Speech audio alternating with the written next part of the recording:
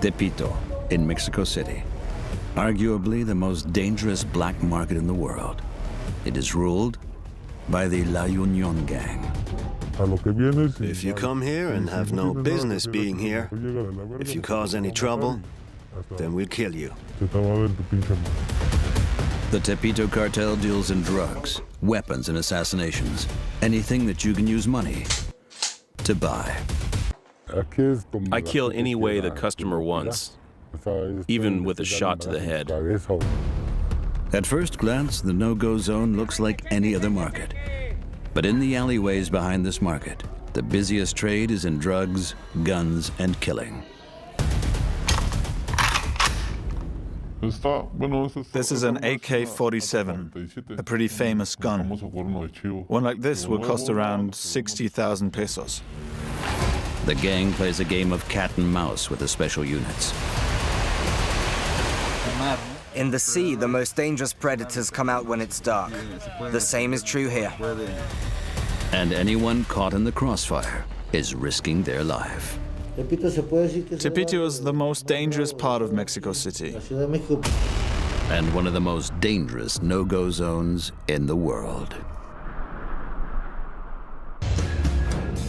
Mexico City. Almost 40 million people live in the city's greater metropolitan area.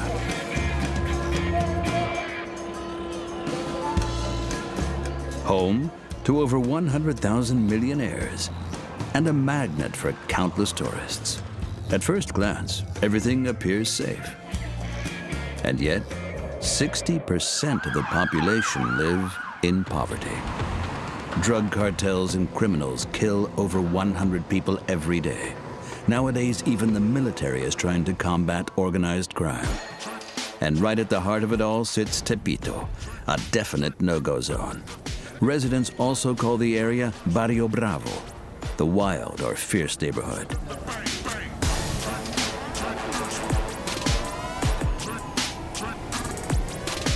The belly of the beast? Hundreds of market stalls selling the usual counterfeits.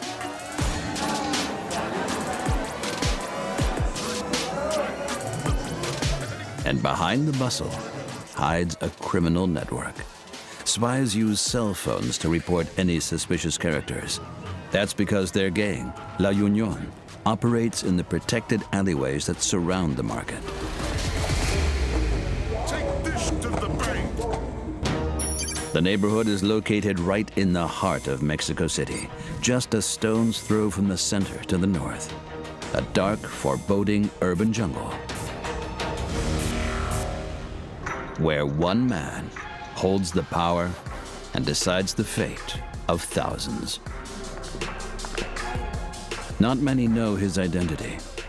Should the police or his enemies ever find out who is in charge of the La Union gang, it would be the end for him. Death would come swiftly and certainly. Just 25 years old, he calls himself Mickey. He has embarked on a brutal battle to the top ever since he was 16. And now, after much bloodshed, he is in charge of the no-go zone. We use all kinds of weapons here. To kill people, to torture them, or, if it helps, give them a brutal beating. You can buy anything you need to do that in Tepito. Pistols, machine guns. We even use them to hunt down cops. Instead of calling the police, anyone with a problem here begs for mercy from the gang. As the leader, Mickey is the link between the bosses of the national cartels and the troops on the ground. In Tepito, his word carries the force of law. Hello, boss. There's someone who doesn't want to pay for his cocaine. They're just giving us excuses and aren't paying up. What should we do? Should we kill them?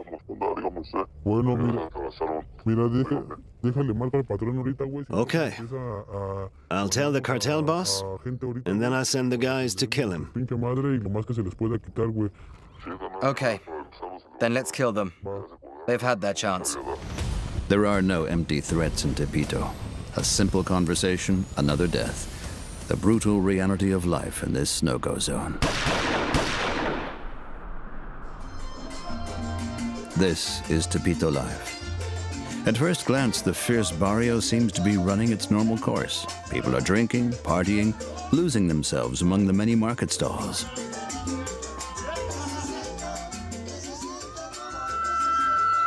But in the background, every second is a matter of life and death. Every decision potentially fatal. Gangsters and killers take lives in Tepito on an almost daily basis. Sometimes down the winding alleyways, sometimes in the middle of the street. Everyone here knows who is behind it, but no one can do anything about it. The police's struggle seems to be futile.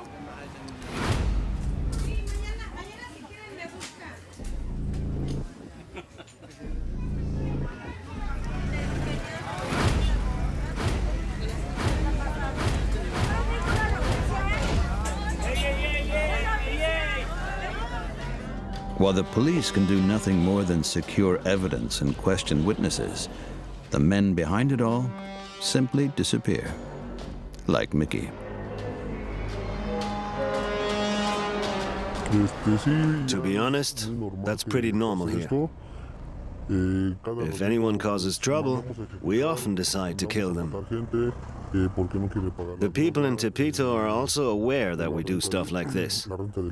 For instance, if customers don't pay their drugs, or they're late paying the protection money for their market stalls.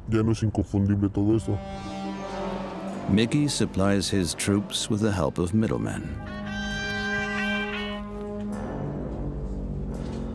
They have everything, from small caliber firearms through to assault rifles. Like him, the weapons dealers. Heading to his hideout, the gangster makes his way through thousands of people in the narrow alleyways. Disappearing into a crowd is his modus operandi. Not particularly difficult in Tepito.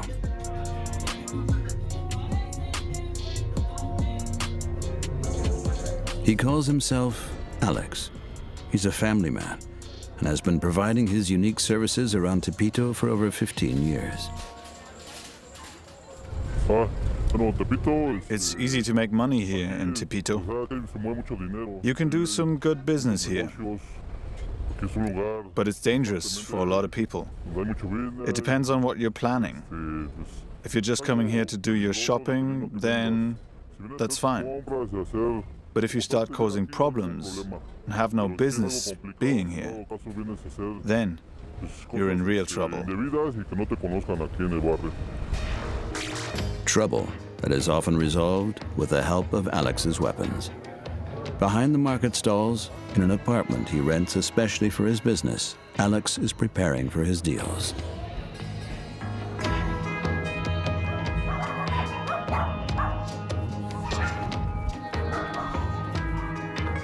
Selling anything that can kill people.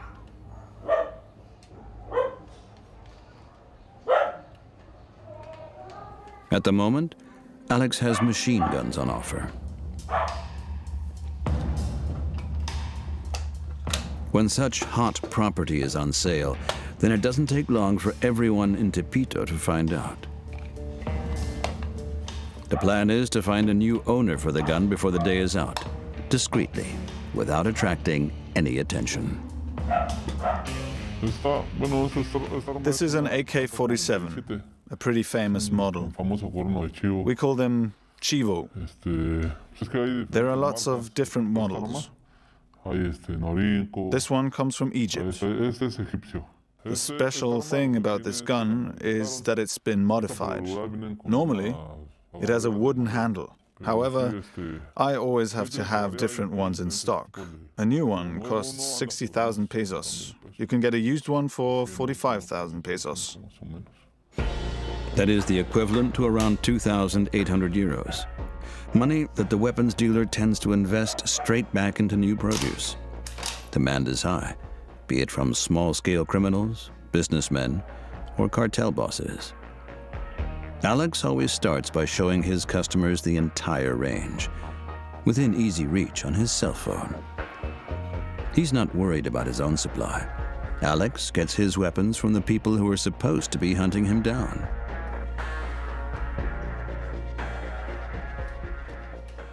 I know someone in the army. He's an officer.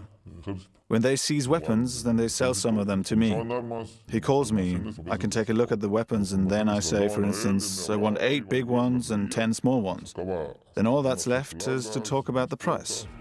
No weapon is more widespread or has killed more people than the Kalashnikov 47, or AK-47. According to estimates, there are currently up to 100 million of them in circulation around the world.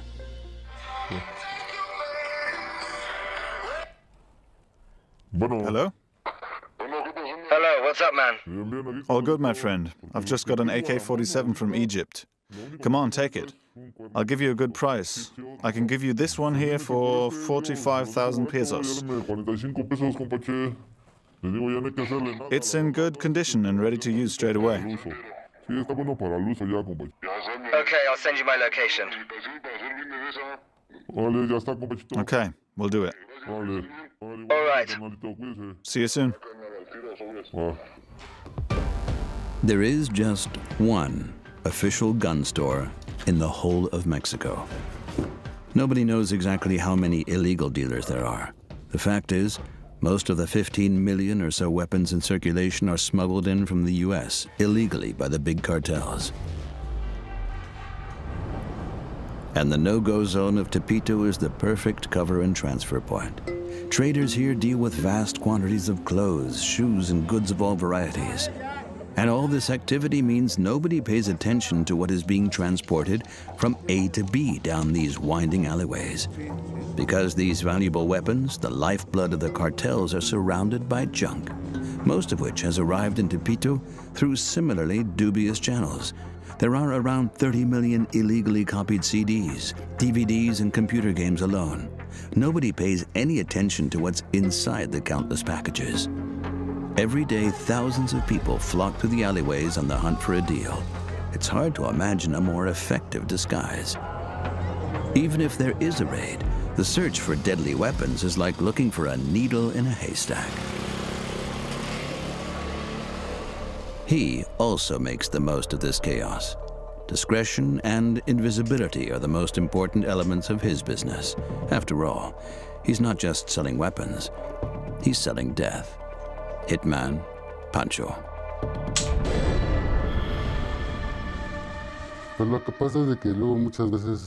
It depends on who I'm working for and how safe it is, but normally I charge between 100,000 and 300,000 pesos. Up to 14,000 euros for a single yet fatal bullet. A silent knife attack, or a blast from a shotgun. My clients are often business people, managers, or CEOs. But I'm not in direct contact with them to begin with. That's all sorted by a middleman. I don't speak to my clients in person until all of the details have been clarified. Pancho's clients have money, and he sorts out their problems for them. Not even the hitman himself is sure just how many people he has murdered. He estimates the number to be over 30.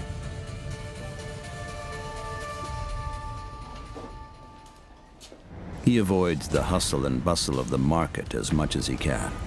After all, every murder generates more enemies than friends. Pancho sees himself as a service provider. The weapons used to complete his jobs are determined by his clients alone. It always depends on what the customer wants. I just do the work. With guns or knives, sometimes they just want me to simply stab them in the back or shoot them in the face. I do what the customer wants. The hitman plans every one of his murders meticulously. He is no longer able to remember each one in detail, though there is one that has stuck with him. In his eyes, it was the most perfect execution of them all.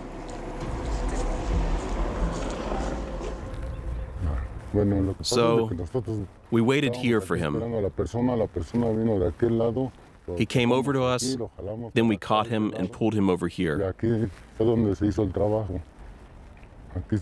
We did the job right here, and then we escaped down here.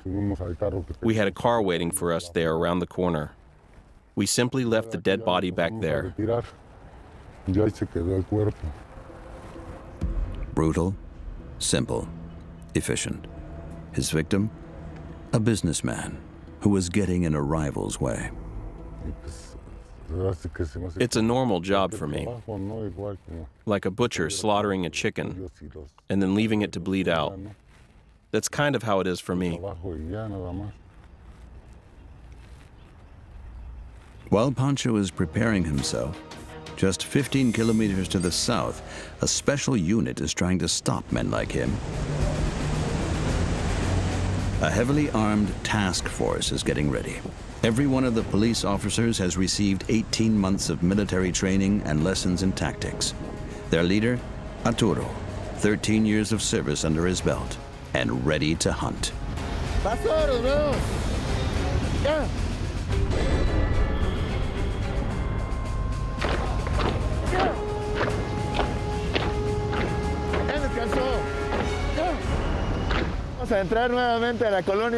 We take our unit to the hotspots and keep our eyes peeled for suspicious people or vehicles. What happens when we see something? We strike.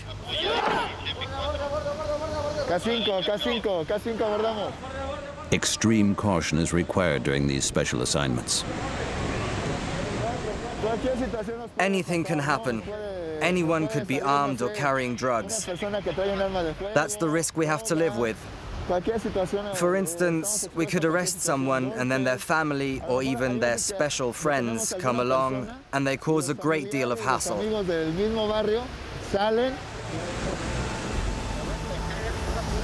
Today's mission is taking Arturo and his unit to the Tepito border zone to the south.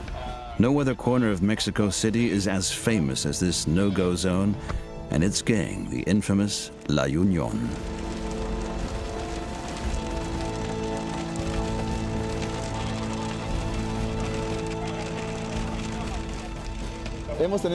Tepito is very dangerous. We've already gone through a lot there. All sorts of assignments, particularly when it comes to drugs. More drugs are sold there than almost anywhere else. And the same goes for stolen goods. 20 police officers trained to deal with the worst-case scenario, armed to the teeth. All of the special forces in Arturo's team are poised for action and exceptionally focused. Their goal? To catch criminals like him. Mickey, the gang boss in Tepito. Just a few streets separate them, but the boss is chilled out. He has his spies everywhere, warning him when it's time to get out of there.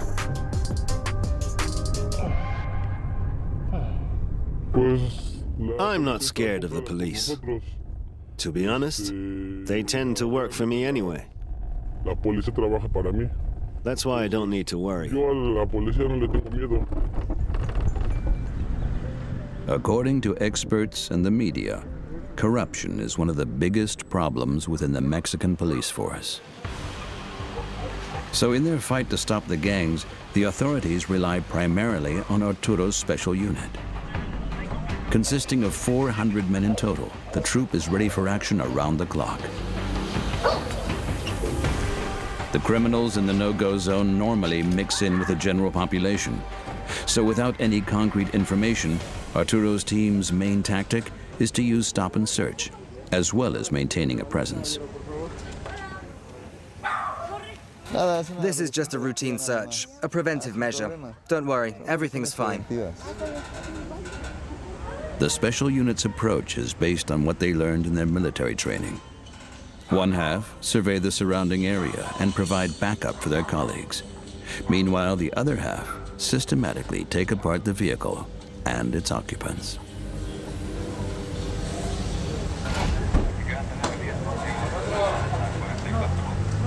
The first mission is a failure. No drugs, no weapons, no gang links. Arturo's team keeps searching. The weekend is just around the corner.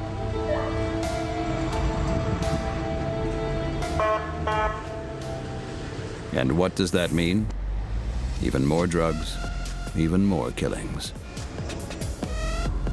The normal police force is barely able to keep the situation under control. According to statistics, Mexico City alone is short of over 10,000 officers.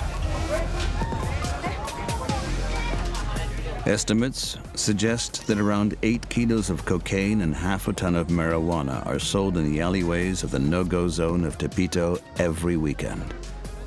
The clientele are drawn to pretty much anything that will get them high: cocaine, grass, pills, and glue.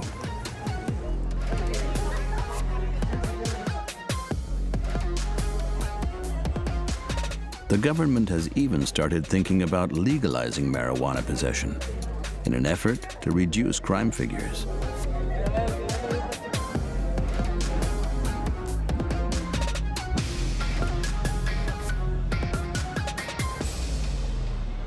Tepito is a trading point for anything relating to drugs. Lots of dealers work for the La Union gang, though there are also a few who work for themselves. Like him, his cell phone rings constantly.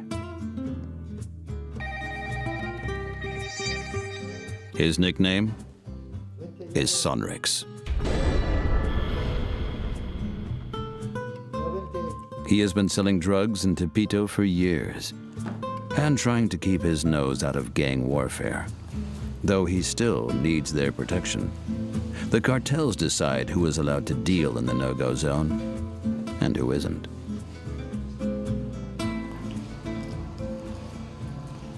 Tepito is the most dangerous part of Mexico. There is a gang, La Union, who brings drugs into Tepito and everything else too. They have the entire city under their control. The dealer has to stick to their rules in order to sell grass, pills, and cocaine every month, with a value of around 1,800 euros, more than he would be able to earn elsewhere.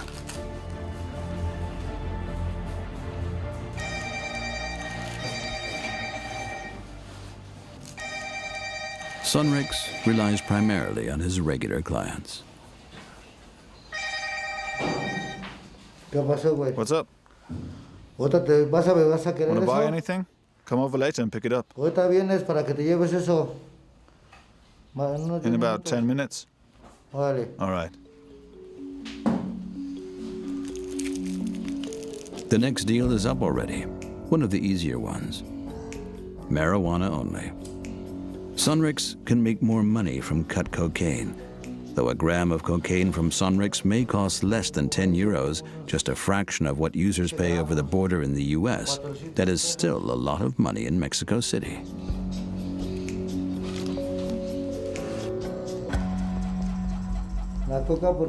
I earn way more money with cocaine than I do with marijuana. Most people come back quickly because it's more addictive. So with every bag that Sonrix sells, he gains more and more customers. Sonrix deals 24/7. Hello? Cocaine? How much do you need?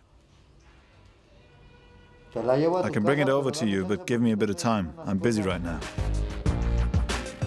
For Sonrix, busy means that he'll deliver in an hour at the latest.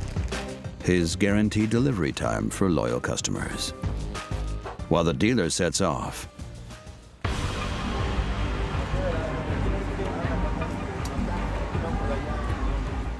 a few streets away, the hitman Pancho is preparing for his next job. Part of his preparations, a shotgun. Pancho doesn't have his own car or even a motorbike. He travels exclusively with private transport services that he trusts.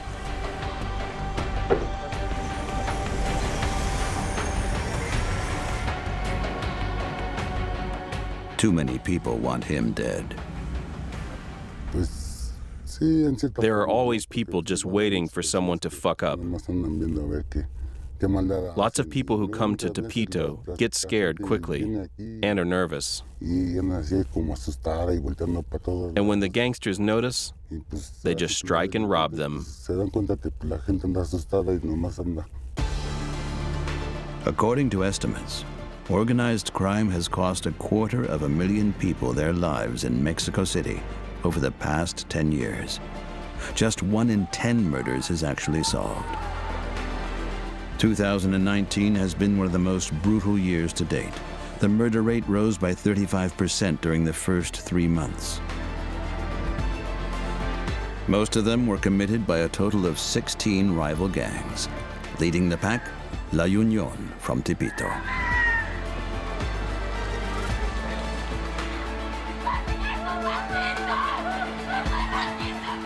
Founded in the late 90s, their influence over the city is ever growing, and there's no end in sight just yet.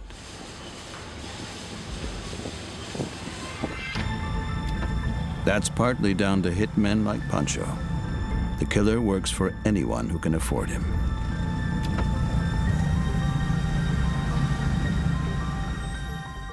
They don't want any problems. For them, it's just safer if I do it. So one part of his routine before every job is to do some shooting practice, which he does in his secret hideout. While Pancho sets off, down in the south of the neighborhood, Tepito's gang leader Mickey looks after the gang's main day-to-day business: drugs.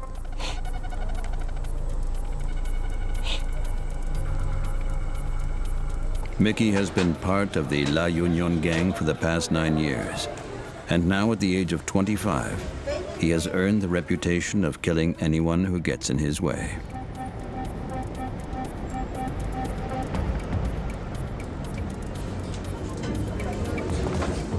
Several times a week, he gets together with his most trusted associates at one of the many secret meeting points at Tepito Market, in the middle of the no-go zone.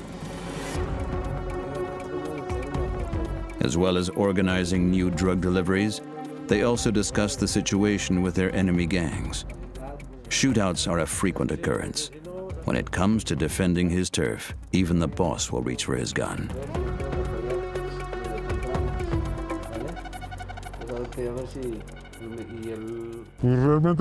The first time you are full of adrenaline, but after the second time, you're more relaxed and just fire. One common incident occurred not so long ago. Another gang tried to collect protection money from stallholders in Tepito. A fatal error.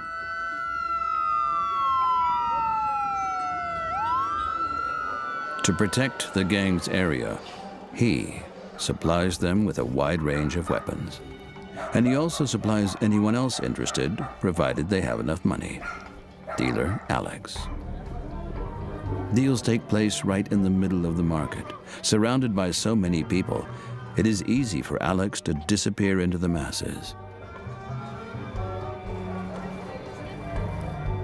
They are all oblivious to the fact that he is currently carrying around an AK-47, though the arms dealer remains vigilant.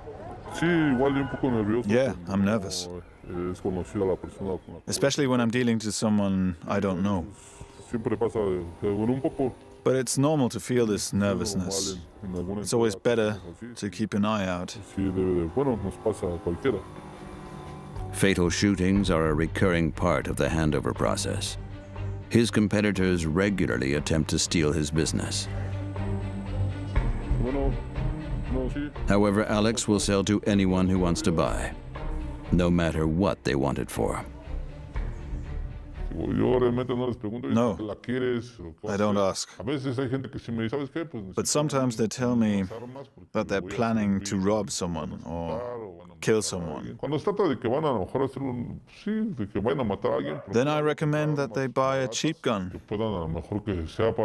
because they should throw it away straight after.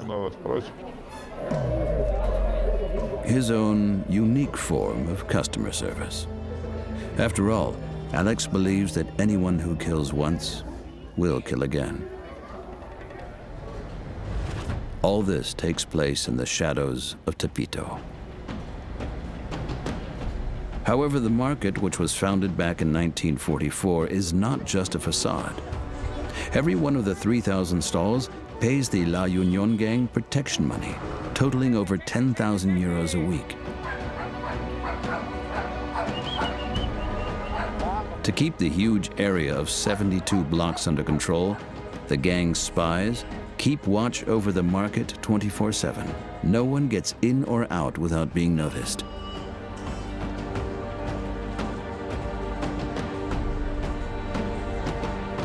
And anyone who does dare to get too close is enticed with a bribe. Not a huge problem. The average police officer earns around just 280 euros per month. However, there are also people who aren't that easy to bribe, like the former boxing champion from Tepito. His mission? Not to hand the neighborhood over to the gangs without a fight. His name? Jorge Vera. He grew up in the alleyways of the no-go zone. People know him and respect him. A tragic twist of fate inspired him to give something back to his neighborhood. Not even Jorge has been spared from the brutal side of life in Tepito. I have experienced it for myself. My son Jorge was a victim of gang-related crime. He was shot. It happened here in my neighborhood. They wanted to steal his car and killed him in the process. It was a terrible time for all of us, and it's still very painful. The 57-year-old still struggles to speak about it. Fatal robberies and shootings are not a rare occurrence in Mexico City. 340 victims were wounded or killed by weapons in the space of just 3 months.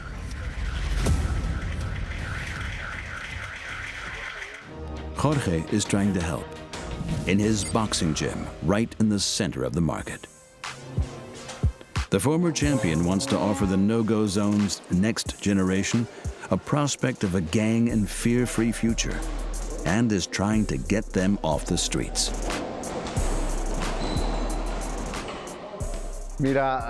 Children in particular have something to gain from our club. When they come here, they get to clear their heads and don't start thinking about stupid things. No matter what your situation is, sport can help you.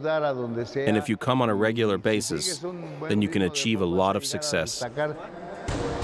Boxing has a long tradition in Mexico, and Tepito in particular. Mexican legends like Kid Azteca and El Raton have trained and fought here. But now, only a few kids actually turn up. The situation is more difficult than ever before. I'm using sport to try and help them when they come here and train.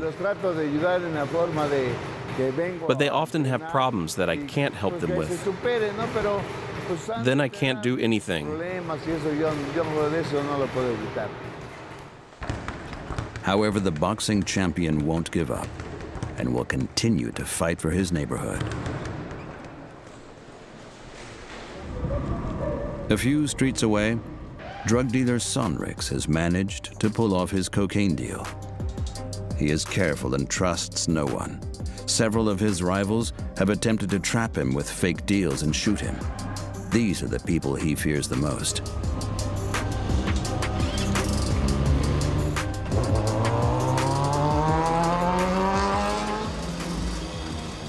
The people who sell gear like I do, they are out to steal my customers. Every deal could be his last, even today. However, it looks like the coast is clear. And his customer is on time. Everything is over in just a few seconds. The cocaine is handed over to its owner as quickly and discreetly as possible. Blink and you miss it. Just one of hundreds of deals that take place here on a daily basis.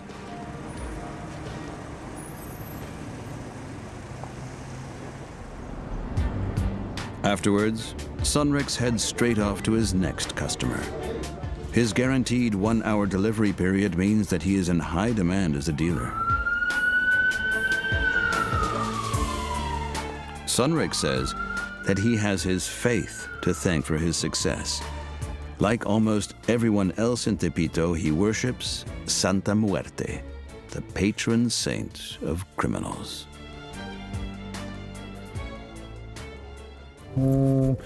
She got me out of jail. He believes that even criminals have a god, provided they pay for her protection in the form of worship and offerings. If you want something, then you don't have to promise her anything. You just light a candle. The cult surrounding Santa Muerte first appeared in Mexico in 1940. Around 3 million people are now said to follow her.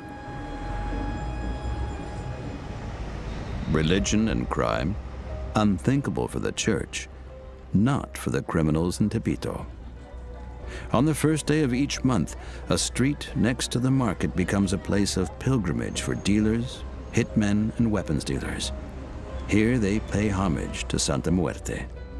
Almost all of them own a statue believed to protect the holder from harm.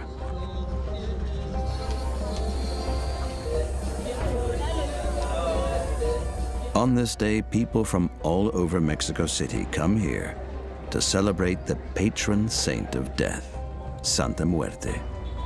In front of her glass shrine, they get down on their knees and ask for forgiveness.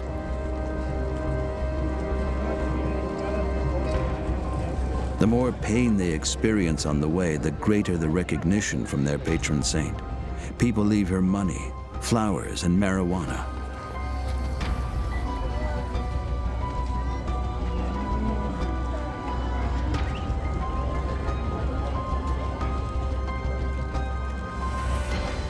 Night falls. Peak hunting season for the gangsters of Mexico City. This is when maximum concentration is required from the officers of the special unit. They are still on patrol on the southern border of Tepito. This is where the La Union gang enlists its new members, or so they think.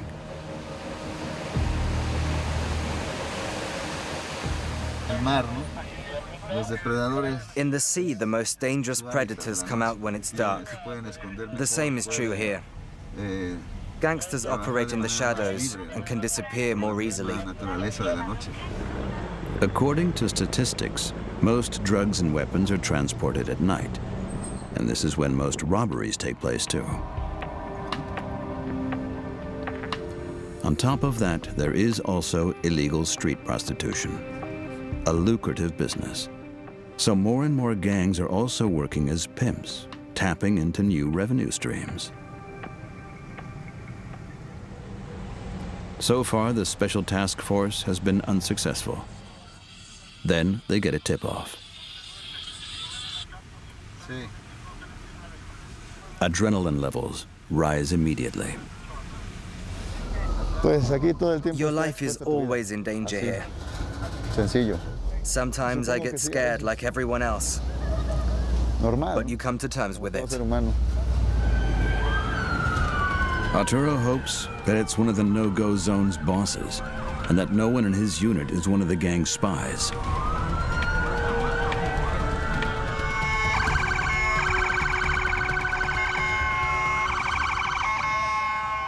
Meanwhile, 20 minutes to the north,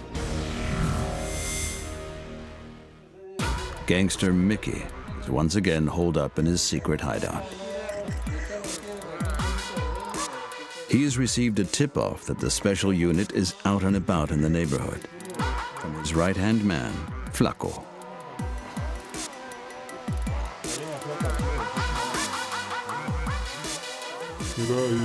Lots of people in Tepito work for me, but Flaco here is the most important one of them all. He has to make sure that everything is running smoothly. He does everything I say. If he doesn't, then I have no other choice but to kill him. So he has to do that with his guys too. Boss Mickey follows a simple principle: reward and punishment. Without batting an eyelid, he will kill any defectors and potential police spies. After all, he is also afraid of the cartel's bosses. I would say that I'm a good boss, because my boys are doing well.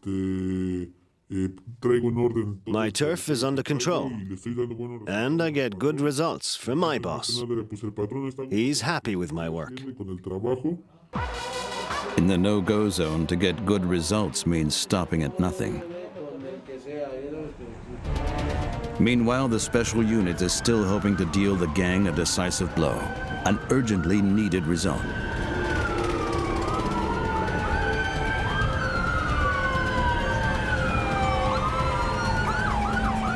Without much fuss, out of nowhere, it's done. They strike. Good evening. This is just a preventive measure. Have you got anything that will cause any trouble? Marijuana? No, I'm just waiting here. Seems harmless. However, Arturo is unable to rule out a gang affiliation at the moment.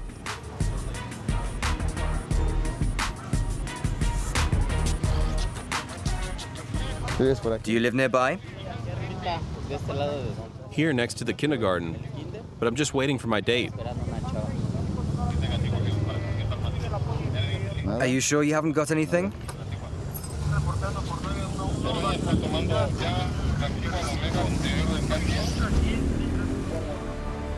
The unit checks the suspect's personal details.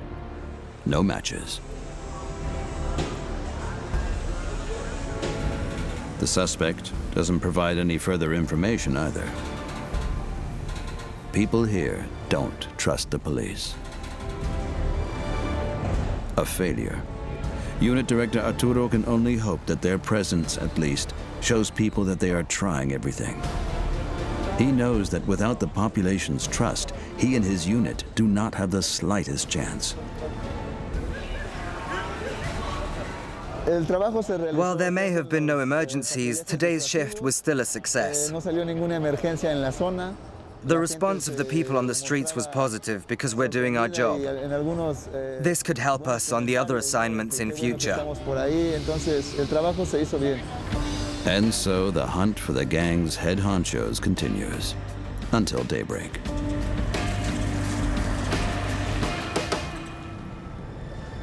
One person who the police are particularly keen to catch is Pancho. The hitman is approaching his hideout to prepare for his job. He has his next murder weapon in his trunk, a 16 caliber shotgun. I always use a different gun due to the ballistic evidence. If you always use the same one, the cops will think you are a serial killer. You don't have that problem if you use different weapons.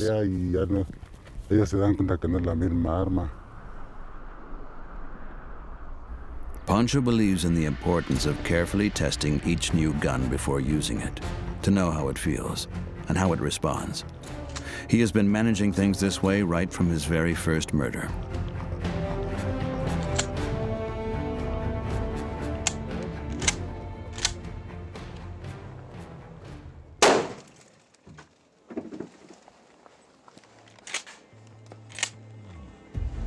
A shot from a short distance, likely to be fatal.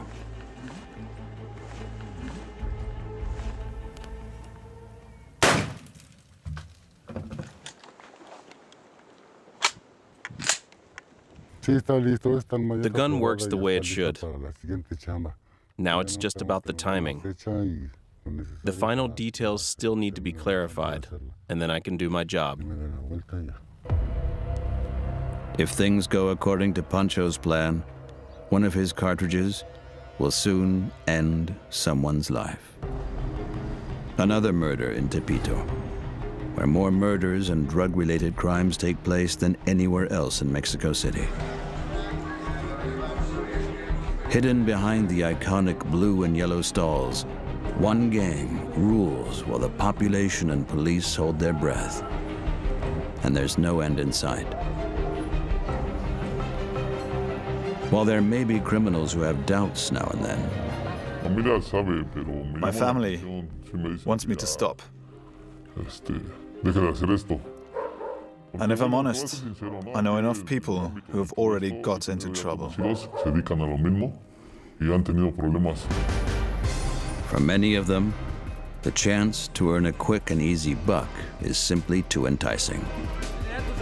Tons of marijuana and cocaine are said to be stored in Tepito in the cartel's secret hideouts, protected by corrupt police officers.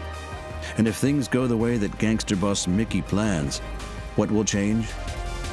Nothing at all.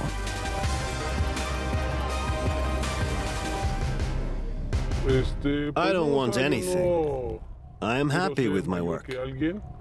Nothing needs to change, even though I'm well aware that I could be killed tomorrow. By dealers and killers who are keen to get a bigger slice of the pie. Either way, it appears that Tepito will stay exactly the way it is for a long time to come.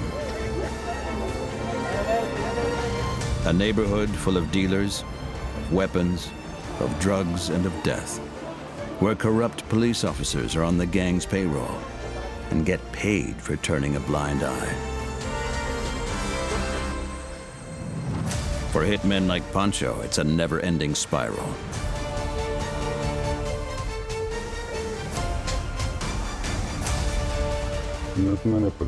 Drugs are sold everywhere here, and that's why there are people who are high all the time and want money to buy drugs so they can keep getting high, which is why they steal from people.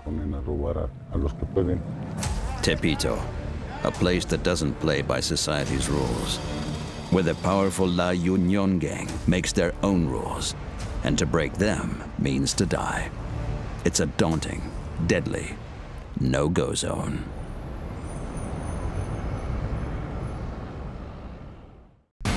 Quirino, Manila, home to drug dealers, thugs, thieves, and murderers.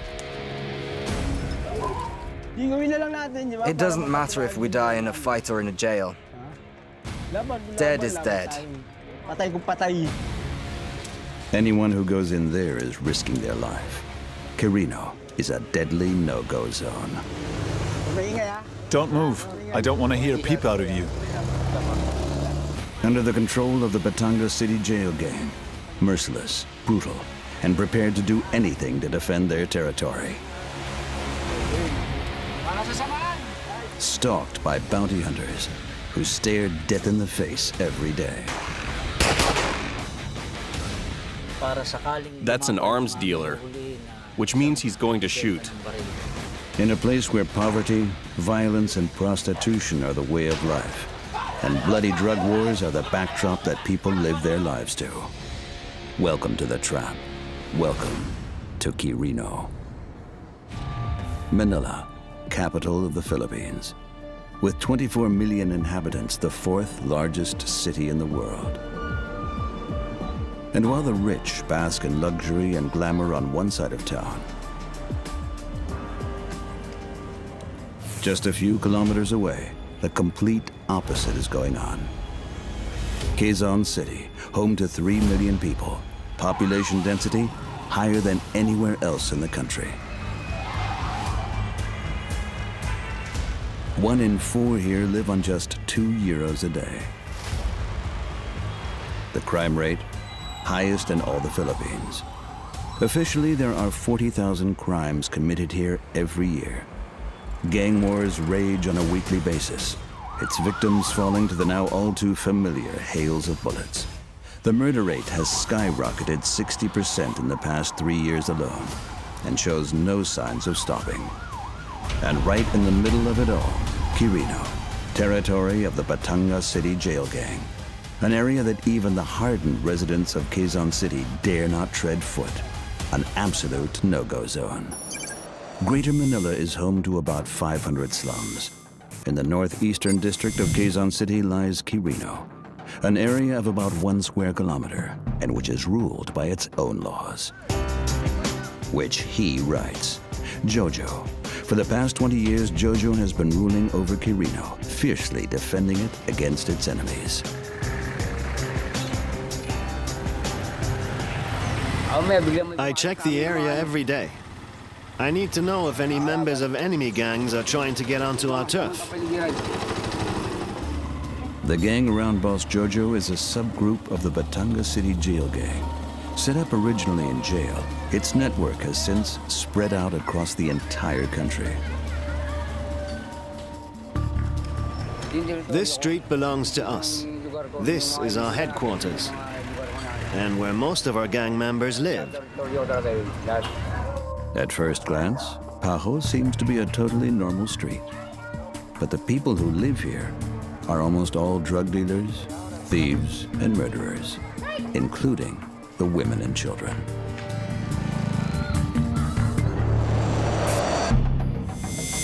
Pajo is situated in the middle of the no-go zone. From here, Boss Jojo directs the gang. Headquarters, well hidden between the houses of Quirino. The only access is through an inconspicuous alleyway. Here, no one can get in or out without being noticed. Only Boss Jojo's most trusted associates are allowed in. They are loyal to their leader and always prepared to sacrifice their life for the gang.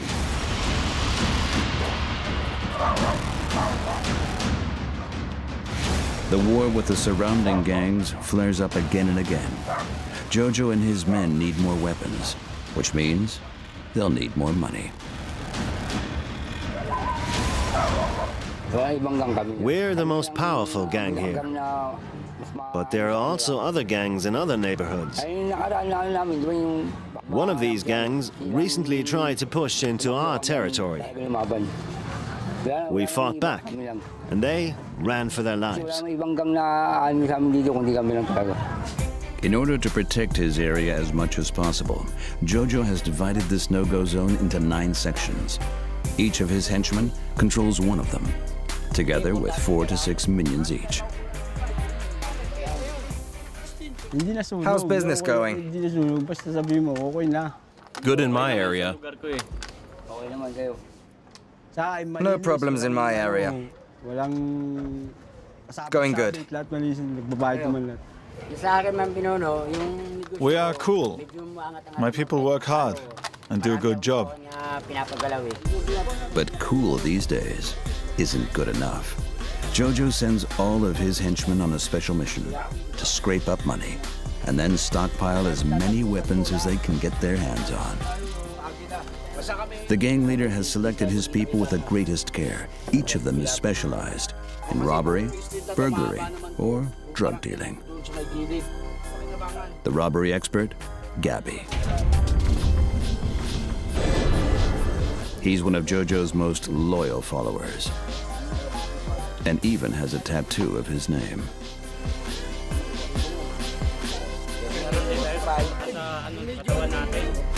The boss's right-hand man, Rodney. He and Jojo grew up together. Rodney manages the gang's drug business and is considered to be especially ruthless and brutal. If the deal gets out of control, fight. I don't care if we get caught. It doesn't matter if we die in a fight or in jail. Dead is dead. For the gang, a human life has a worth less than a credit card or a mobile phone, and certainly less than their own life. For years now, the Philippines has been in the top 10 of countries with the highest murder rate. To keep the enemy at bay, they'll use just about any means available. It's not uncommon in a gang war to use machine guns and deadly booby traps. When the time comes, I try to get as close as possible and fire as many shots as I can.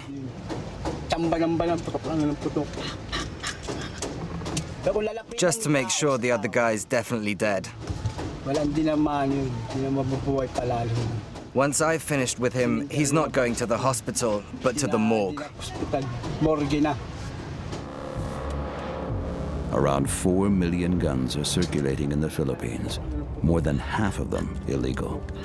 Shootouts are a weekly occurrence in and around Quirino. Gangsters stop at nothing and for nobody. The driving force behind the gangs of Manila? Shabu, also known as crystal meth. Breaking Bad.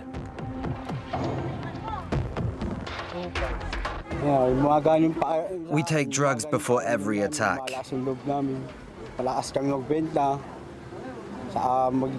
When we're high, we lose all inhibitions, and it's much easier to take risks.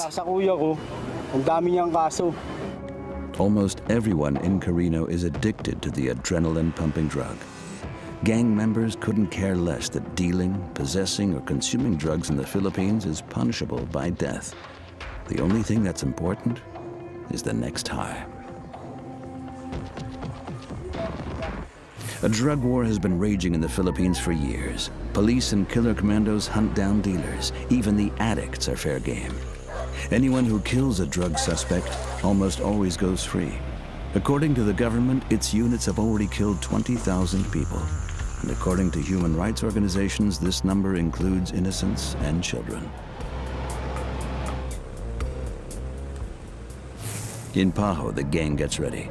Pumped up by crystal meth, they're all set to get money for more weapons. A pistol costs the equivalent of about 300 euros in the black market. A lot of money in a country where 30% of the population lives on less than 5 euros a day.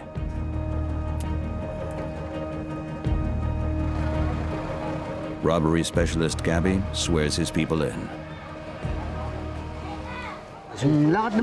We have to be so fast that they don't notice our faces. And then we act like nothing happened and just keep driving normal. They won't say a thing. No one in the gang is afraid of the police.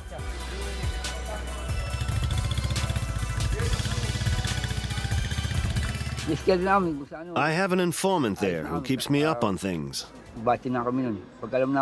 If they're planning a raid, he lets me know, no problem. Then we just disappear. The monthly paycheck of an average police officer is about 200 euros, which means corruption is just a brown envelope away. For this reason, police officers are reassigned to a different neighborhood every 6 weeks, but the gangs always find a way to infiltrate.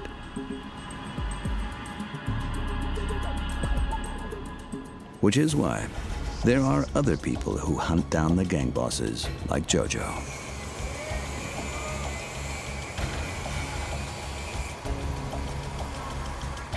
Like Peter. He's the most successful bounty hunter in the Philippines. Always on the lookout for criminals that could bring in anything from a couple hundred euros to thousands. High on the list are the leaders of the bigger gangs. I hunt gangs like Batangas City Jail, JI, and Sputnik.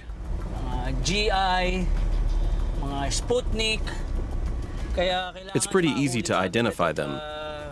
If they've already been in jail, they have tattoos of their gang names, which is how you can find them. For 9 years now, Peter has been hunting dealers, gun fences, robbers, and murderers, risking his life with every job. But he's still not thinking of quitting. Death is just part of doing business.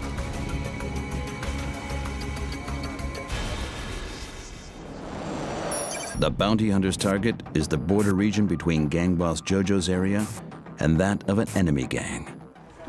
His gun always at hand. Should the gangs get word of Peter's research, it would mean his certain death.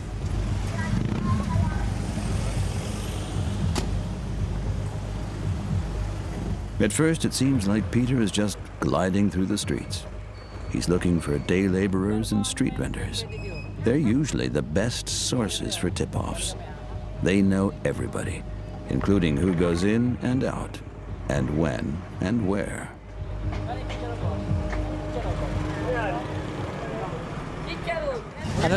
I'm looking for someone. Can I have 2 of those there? Residents in the no-go zone are suspicious. Whether gun dealer or junkie, the local authorities are under pressure to get as many names on the kill list as possible. The most important thing as a bounty hunter is to know how to communicate with the local people.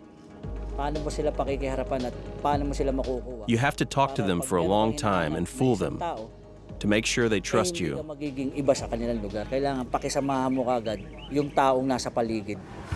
And give you information, which more often than not means death for the accused. In the meantime, only a few blocks away, drug dealer Rodney supplies countless customers in the no-go zone with new stuff. It is estimated that around 5 million Filipinos are drug addicts, 1 in 20.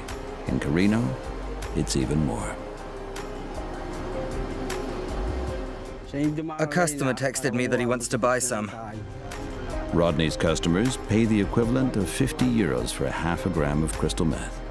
For newcomers, that's enough to stay high for about 2 to 3 days. For serious addicts, it's only good for a 2-hour kick.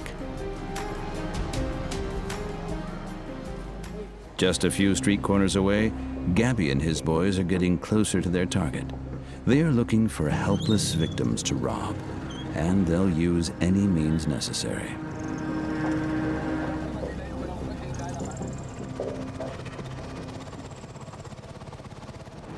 The attacks, Boss Jojo assigned his group to the gang's western territory. Paho, the street where headquarters is located, is taboo. Jojo's gang doesn't murder for fun. It's always just business, and they have no problem with doing business. In the no-go zone, in the middle of this slum, every cent counts. Here, a cheap handbag is worth more than a human life. But even in Quirino, there are rules. Residents in the no-go zone are protected as long as they follow the rules. They're the gang's eyes and ears.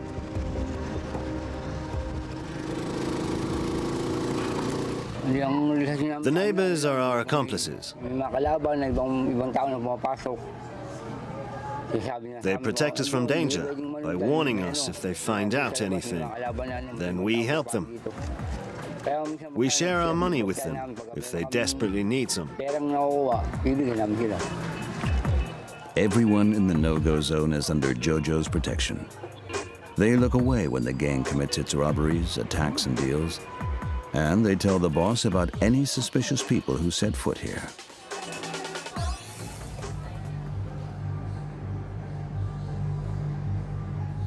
For several hours, bounty hunter Peter has been hunting the gang leaders of Quirino, and tips have been coming together.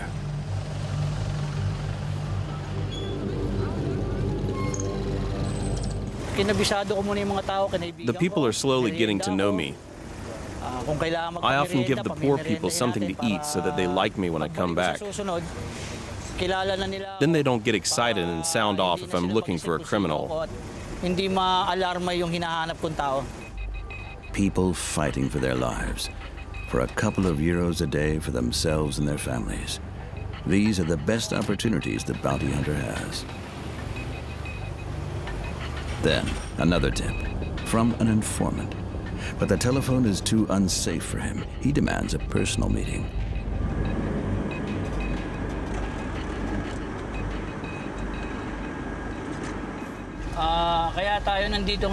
I'm supposed to meet my informant here. Apparently, he knows about a gun dealer who works in this area. Gun dealers are big fish. And to bust a dealer means getting access to his customers. Peter is in for some big business.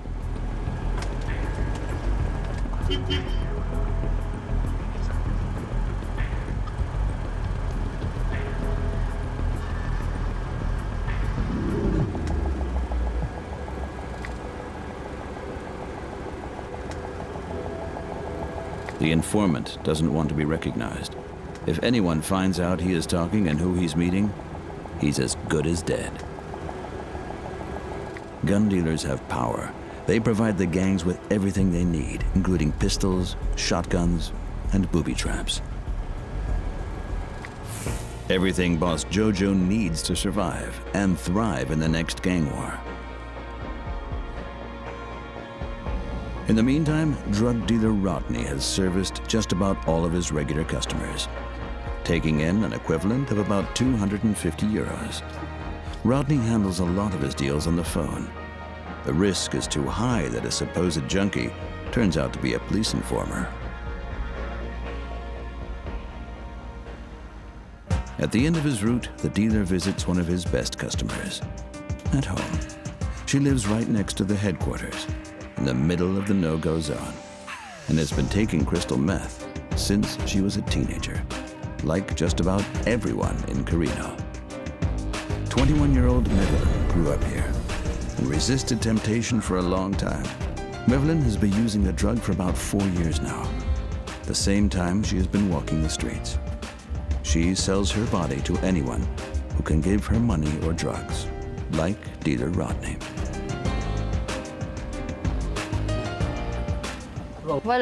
We smoke something, and then we talk and drink, and then do whatever happens next. No high school diploma, no education of any kind, no perspective. Evelyn sees prostitution as the only way she can make any money. For her children, for food, and for that all-important daily high. The father is long gone. I live alone with my kids. I fought with their father. His parents wanted to take the kids away from me, and he was on their side. That's crazy. I wasn't going to let that happen. I just packed up our things and took the kids out of there. And now we are just trying to get by. I have to earn the money to keep us alive, all by myself. Since then, Evelyn has been living with her parents. They don't know about her addiction or her job. They think their daughter is waiting tables as a waitress in order to feed herself and her children. Prostitution is illegal in the Philippines. Evelyn could land in jail any day.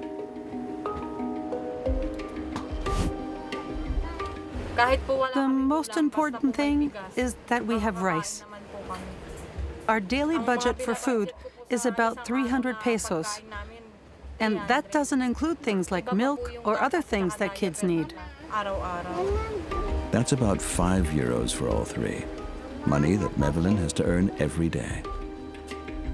But like her children will never go to school. It may not cost anything but to pay for school uniforms and books. Her income as a prostitute is not enough.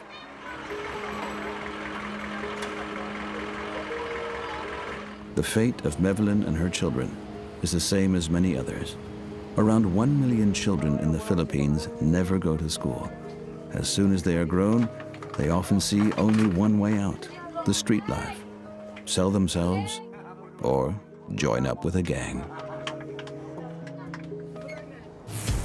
Like Jojo's. Everyone who works for him has to follow the rules.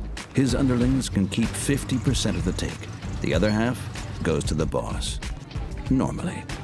Today, they're putting all their money together, collecting every peso for new firearms to defend their turf and kill intruders.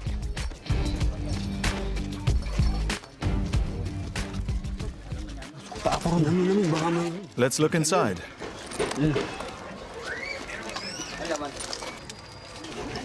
Only a telephone. Look if there's any money in it. Just 1 peso. Forget it. A telephone gets you the most money. For a phone, the gang gets around 2,000 Filipino pesos on the black market, about 35 euros. Doesn't sound like much, but for the average earner in the no-go zone, it's a half month's income. Another reason Jojo's gang keeps growing.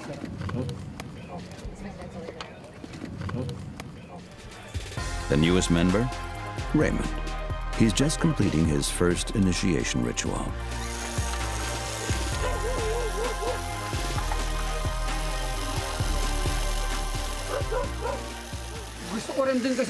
I was working alone before, but the gang offers me more protection.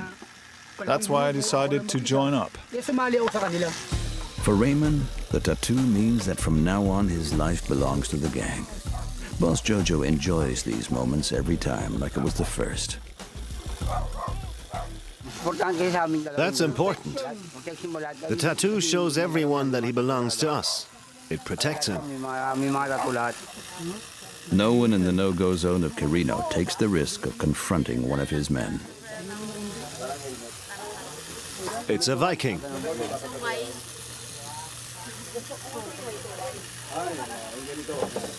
That's our gang tattoo. In jail, everyone has a special tattoo. The Viking. Jojo's symbol for about 20 years now. That's when he started his notorious gang in jail. But no one gets the whole tattoo at once. They have to earn each part of it.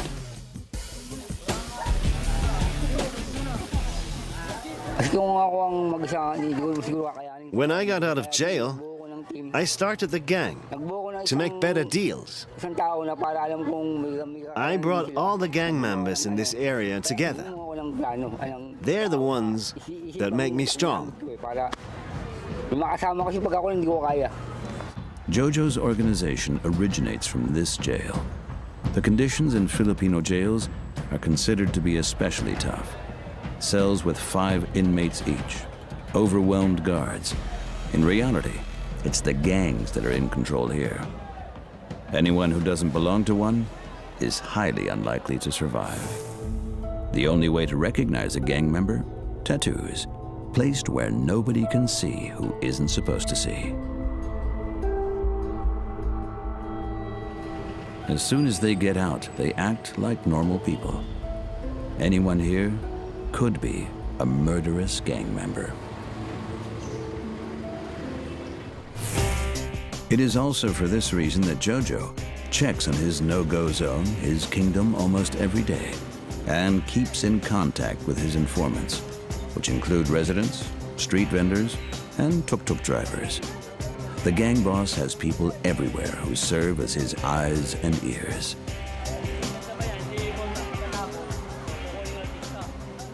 Sometimes strangers show up who could also be informants. Then my people let me know that a stranger is around, so we watch out. Special attention is paid to bounty hunters. Everyone knows. They kill suspects without remorse. The other danger? Rival gangs. They're trying to take the area over from Jojo and his followers. This is where we had a fierce fight recently.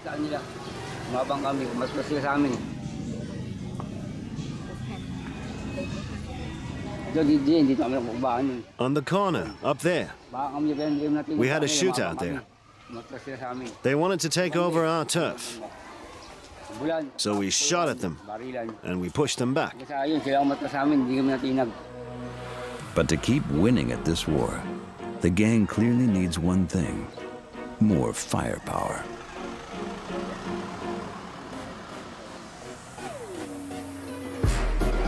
But bounty hunter Peter is close on their heels. His informant's tips appear to be accurate. A gun dealer hideout, north of the no-go zone. A gun dealer who regularly supplies Boss Jojo and his gang with the weapons they want. At first, Peter checks out the area from his car. He doesn't want to startle his targets.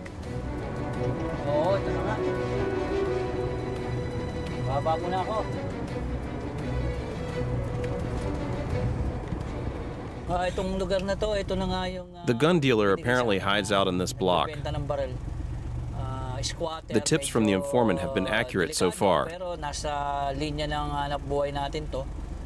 I'm pretty optimistic that I'll make good progress here.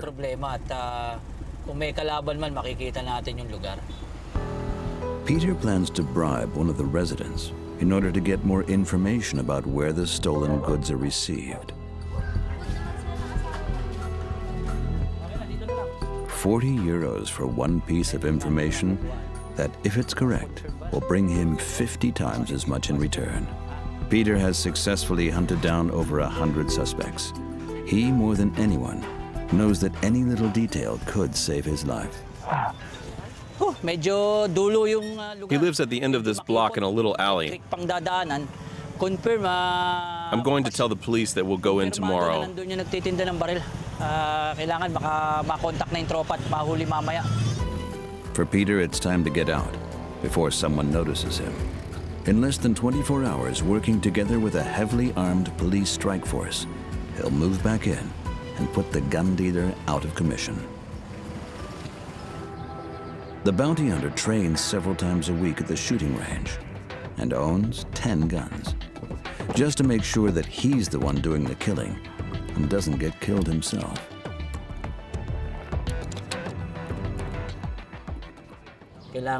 As a bounty hunter, I need to be ready for anything, especially in this case. He's a gun dealer, which means he's going to defend himself with his guns. I want to be well prepared.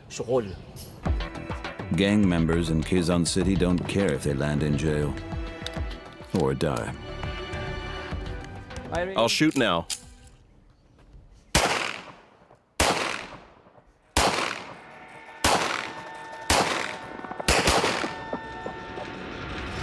Peter's toughest job ever? A group of bank robbers. In the end, he shot all of them.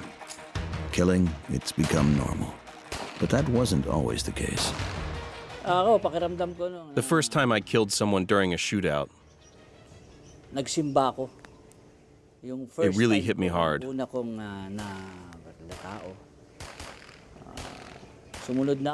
I went to church to confess. That was the first time I ever went to confession at church. But the next time, the killing was easier. It was only tough for me the first time. First time yon kasi umpisa ng simbang gabi.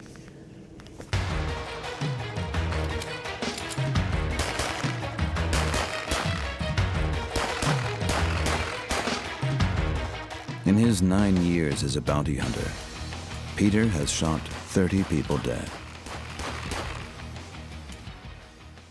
The gun dealer might just be number 31.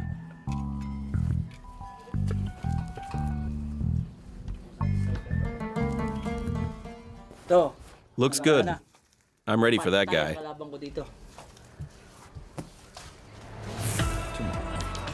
In daylight. Because when it's dark, not even he will step foot in Quirino. 7 o'clock in the evening. For the prostitute Mevelin, that means, like every evening, preparing to earn some money. I hope I get a lot of customers today. It's the weekend, which is when most of the tricks come. Yesterday, I only had one. Not enough money. I hope to get 3 or 4 today. I really hope so. Sex for money, for crystal meth, for food to feed her children. It's a vicious daily cycle that Mevelin, more than anyone, knows she will never escape from.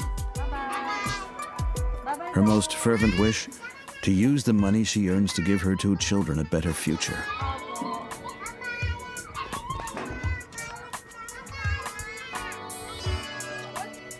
Her friend, Alvin, is also her pimp. He takes 20% and escorts her every day to the strip she services. He has never hit her. Mevelin wants it to stay that way, because what she anticipates in the next few hours is hard enough.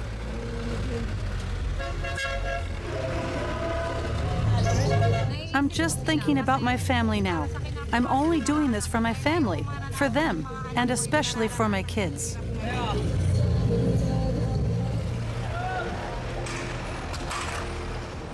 The red light district of Quezon City is situated 2 kilometers west of the no-go zone on the busy Republic Avenue.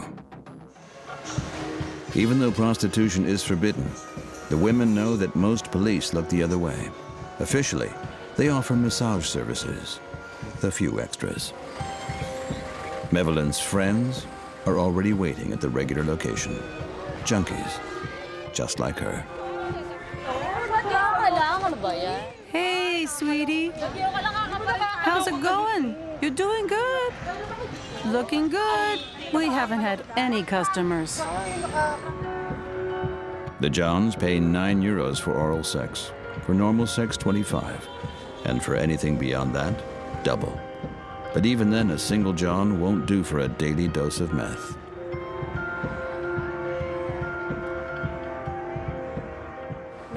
The worst part is when they want something that I don't want to do. Sometimes the guys want something really disgusting.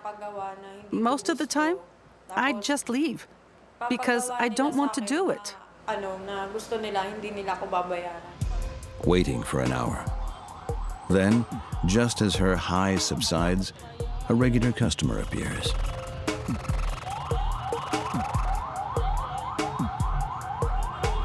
Mivlin knows that he's not a pervert, and he'll pay. Hey, how's it going? Long time no see, boss. You want me? Let's go. We're going now. Bye-bye.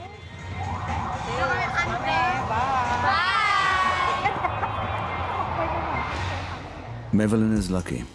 This night, the first customer comes early, because the competition on the streets is fierce. It is estimated that there are about 800,000 prostitutes in the Philippines. More than 10% of them are underage. Meanwhile, at the center of the no-go zone, Jojo's gang is getting ready to execute more robberies.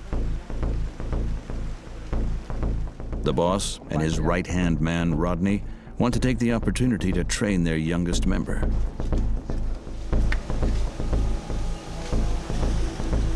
The two ringleaders already have several human lives on their consciences, most of the time as a result of trivial issues.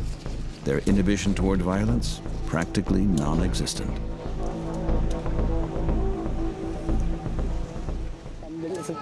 One time, I got into a fight with a Muslim.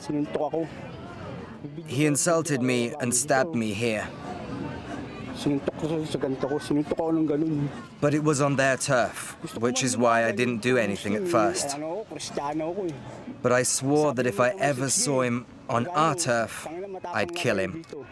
The criminals look for passers-by with phones, credit cards, and cash. Those who resist risk their life.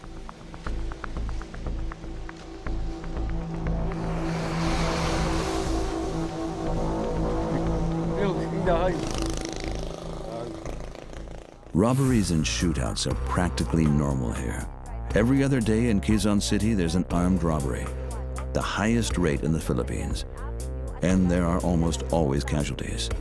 The victims, passers-by, vendors, taxi and bus drivers. Whoever resists or tries to intervene is mercilessly shot. And everyone from Jojo's gang is prepared to do the same when it comes right down to it. They act as though they are harmless residents, but these are wolves in sheep's clothing, sizing up everyone and anyone that crosses their path.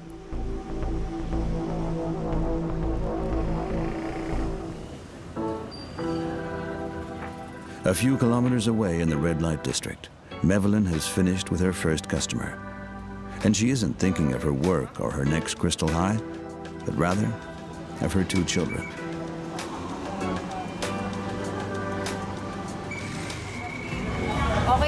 I made good money, which I can use to buy food and diapers for my kids. Enough for some things, but nowhere near enough for everything. Tomorrow morning at the latest, Mevlin will need her next kick. And that she will get it from the dealers in Jojo's gang. They return from their round of robberies early the next morning. Time to check the take at headquarters.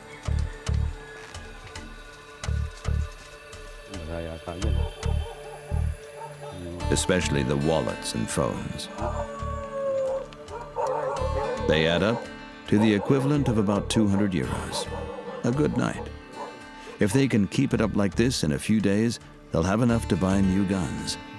Guns they'll need to defend their turf.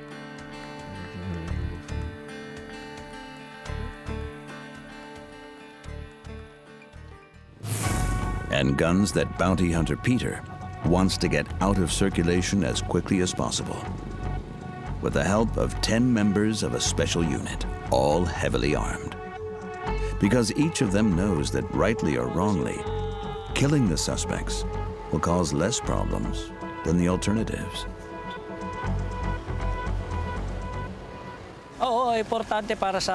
I hope the raid is a success. Then I'll be 100,000 pesos the richer. That's almost 2,000 euros bounty, a hefty sum. Life is cheap, but some lives are worth more than others, and this raid is considered to be extremely dangerous.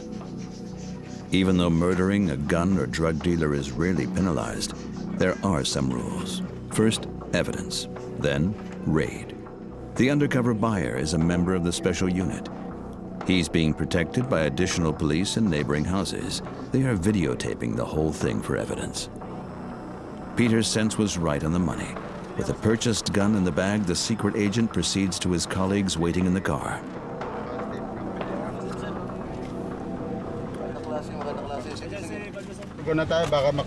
Positive. He bought the gun. You made the buy? Go, go, go, go. Now everything has to move fast.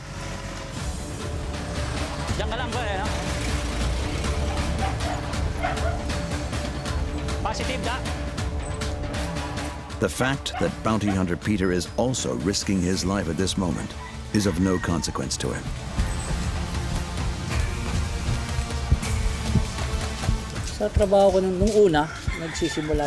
The first time I worked as a bounty hunter, I was nervous. It's just plain dangerous. And I was constantly thinking about my family. But that was a long time ago. These days, I just march right in. I know exactly what I'm doing. Doble ingat kung ano man yung papasukin kong trabaho.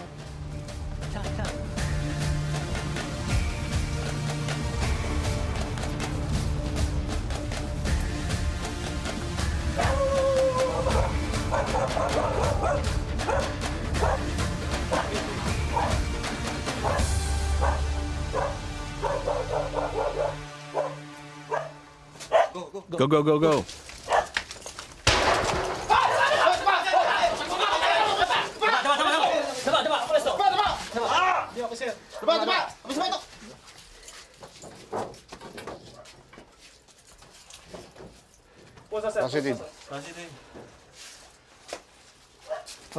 That's cash.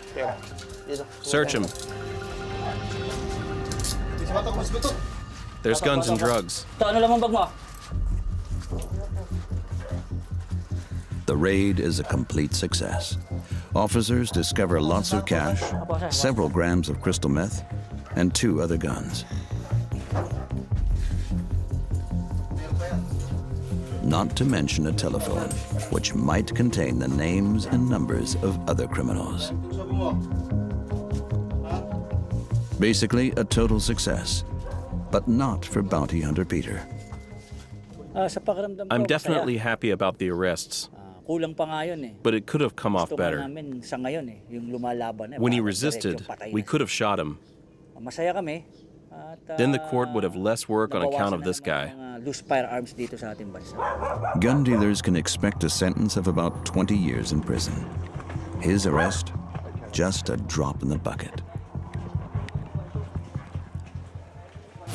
But enough to interrupt the expansion of the gang and to make Quirino that little bit safer. But still it remains a no-go zone that threatens the future of its children along with everyone else who call it home. Drug dealer Rodney knows he'll keep on doing the same thing he's been doing until he dies. A few years ago, I tried to start a new life.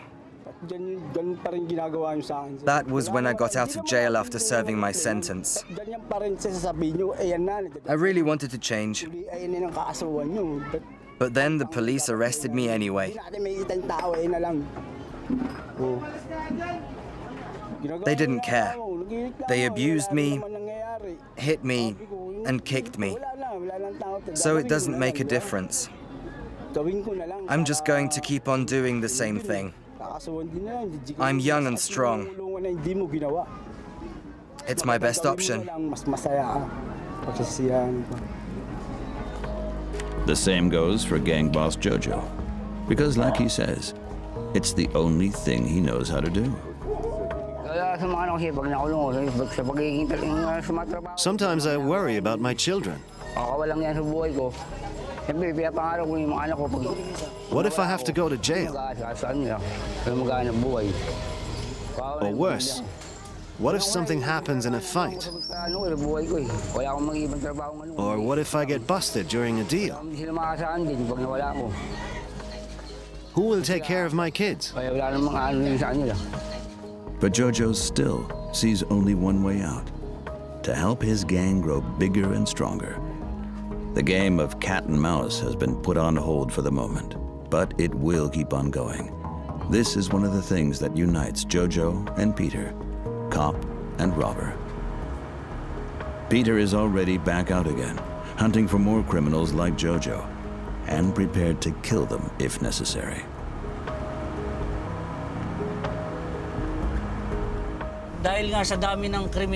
There are just so many criminals that the police can't handle them without people like me. The police needs me to track the gang leaders and find the guns and drugs. There are just too few of them. That's exactly why I will always have a job.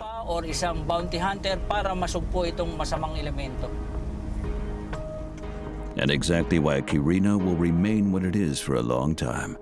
An environment where death is waiting round every corner, where killers and dealers roam free, and bounty hunters are licensed to kill. Truly, an absolute no-go zone.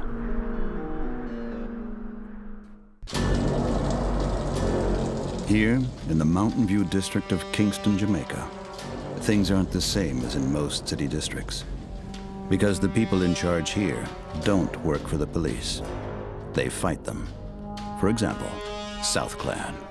The mother have to get clearance. You can't just stray around yourself. Whoa, whoa, whoa, hold up. You're liable to get killed. A network of extortionists, contract killers, and kidnappers, where murder is just part of doing business.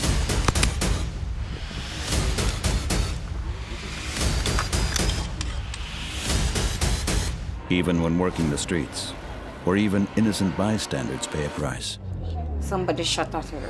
I can't believe that she did just the right beside of me, and then all of a sudden is that. The police try to combat the power of the gangs, but in Mountain View, the police have no power. Because here, no one talks. You understand? Anybody go against that? Gunshot. Jamaica. On the surface, it's a tropical island paradise in the Caribbean. Millions of tourists each year come here for sun, sea, and sand, to relax and enjoy the laid-back lifestyle. Even in the capital, Kingston, life appears to have an easy feel. But appearances can be deceiving. In spite of the tranquility, Jamaica has one of the highest murder rates in the world. While the wealthy live far away up on a hill, fenced in and protected. The reason? Ghettos. And the worst of all of them? Mountain View. Anyone who sets foot here risks their life. Deadly gun battles and gang wars are just part of the daily routine.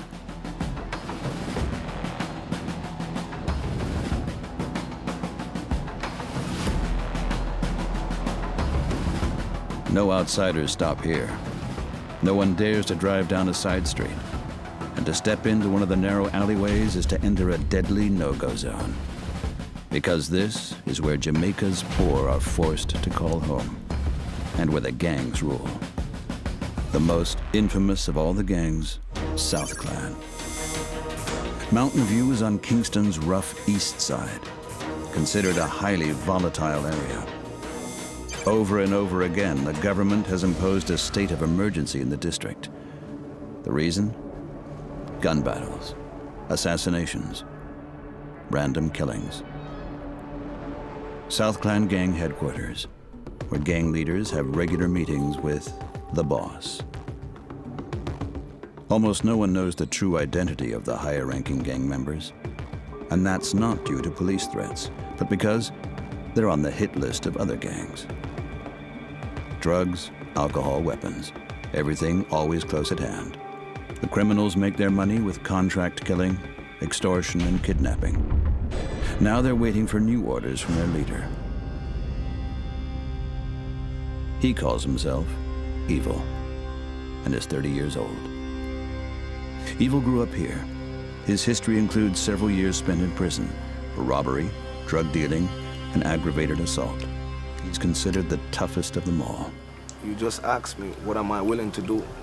So if it takes for me to do anything wrong, because when I ask you for it, I'm not playing. So don't think it's a game thing, so don't hesitate. That means you don't have no respect for this. You don't have no respect for what I do. So therefore, let me show you how serious I am. Evil relies primarily on two men. Digga, at 40, the oldest in the gang. He trusts him without reservation. Don't know, say a nation that are powerful, no care how small it is. Is it? And that's why nobody can to overthrow a car. We're small, but it come like say we're a complete nation. Is it? Boss Evil's other man, Tech 9, 28 years old, a hothead, moody, and the best shot in the group. He loves his pistol and killing for hire. I'm a baby, you know, because it protect my life, you know. So I have to love it the same way, you know. See it, keep it clean. See him like how me keep myself clean, you did it good. You see it? See him like how me eat, it have to eat too. Full of his belly. Belly have to full, you see it? Can't make it hungry. Oh. You see it? Yeah, man. So I always keep it up, you see me? According to experts, there are around 250,000 firearms in private possession in Jamaica. Almost all of them come from the USA. And with 1 in 9 Jamaicans owning a firearm, the homicide rate is the highest in the world. That's because the majority wind up in the hands of gangs, like South Clan. Their favorite weapons are the Glock 9mm, Beretta M9, and the M15 semi-automatic, all lightweight and deadly. This can never too much. This is a must. When you say, do we have a lot of guns, you gotta be specific. You gotta say it in a certain way. You can't just say, do we have a lot of guns? That's just, you're not showing no love into it. You gotta say you have a lot of defense or power. This is power. In the late morning, Evil is waiting for the daily reports of his group leaders. How I go on, my brother? What happened to them boys down the road? How them are deal? Thing good with General. I'm telling you, man. It's not how them get some money. So you don't know what things setting up. Oh, you're in a rampant pay for my friend, man. A kiss, man. Auntie, anything or anything with you. Brawling, love that, I'm love that. Man. Yo, what go on upon your end, my friend? You don't know me, you don't know, say bright like a midnight, so everything govern, is it? Yeah. Everything all right. Everything levels. My G, you don't know me, they have to step out, but for a morning, I walk on upon the ground, brother, because I get a little one phone call, say, I don't know, but walk on. Them boy shake, man. But there's a police, they come. Run out, yo, brother. Yeah, them boy shake, them run out a shot. We are on the thing right now. That me I tell you, my G. You don't know the thing going on, my friend. We have to make sure it's all is well at all times still, you know. You don't know the thing going up on the left lane, my friend. You don't know, you know, because, yo, brother, we can't ramp with this thing, you know, for my friend, you know. We can't ramp with this thing, you know. Enough friends we have to lose them lives over this, you know, brother. Protect and you don't know the thing go door. So, like you say, our world and them have to pay for living in it, door. Evil decides to check the situation himself and starts a heavily armed tour through the tangle of alleys and backyards. Around 500 people live in the South Clan community. Evil and his men say they protect the people here from the bad guys.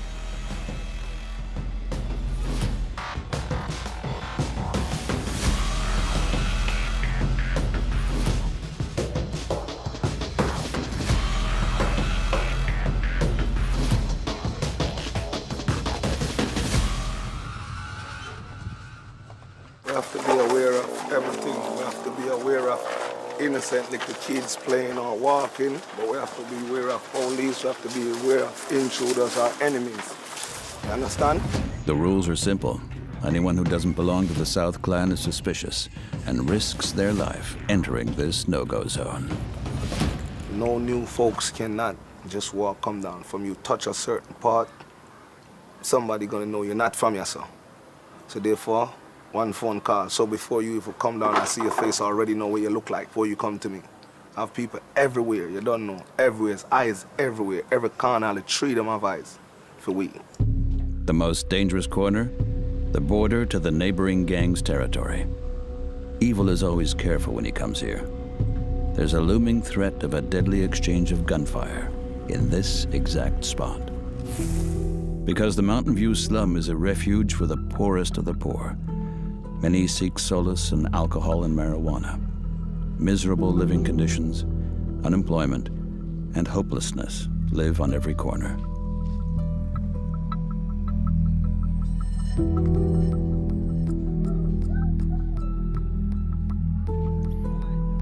For single mothers trying to make a living for their families, there is usually only one way out: prostitution.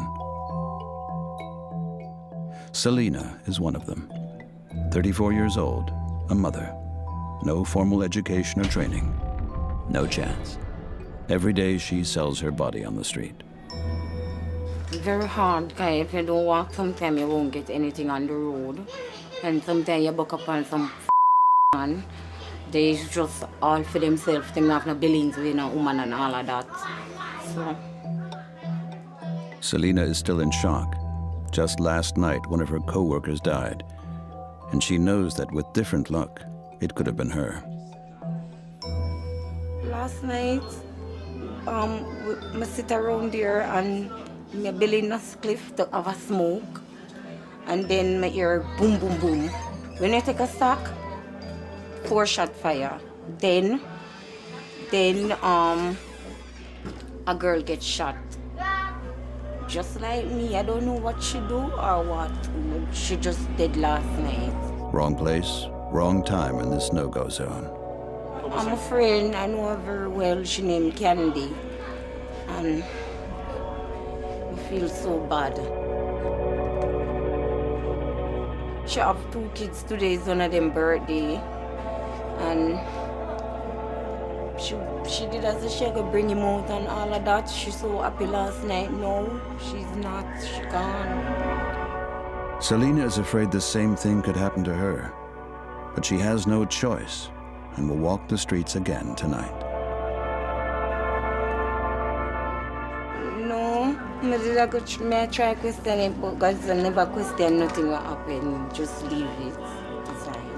Yeah, I'm scared because remember, so she did with me last night. So when that happened, I feel away and I cry last night. I run go straight down to one gas station and ball out. I cry, come home. Last night it come like me dramatized last night. But I just try to not think about it. Selena will go out later in the day and hope for paying customers, in spite of the danger. While the brutal daily routine takes its course in Mountain View, a special police unit prepares to shut down the gangs. 4 men, noted for their dedication to the badge. They are led by Corporal Francis McLeod.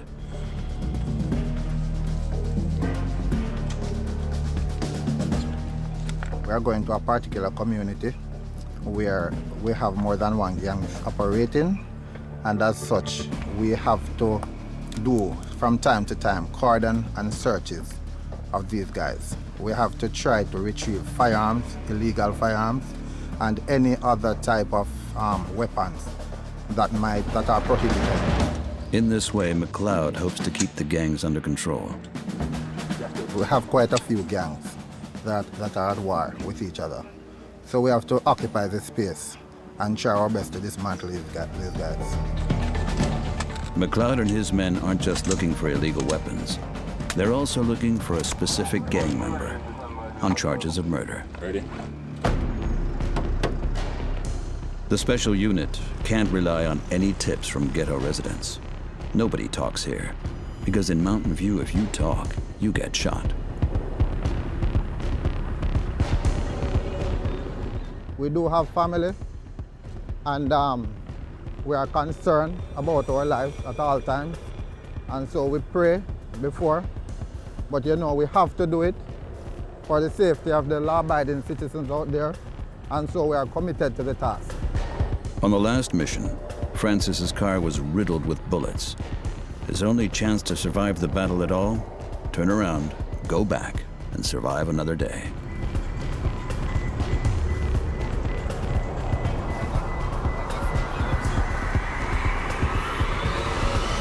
Men like Evil, the leader of South Clan, couldn't care less about the lives of policemen. The focal point of the gang war? The border between his territory and Area 63.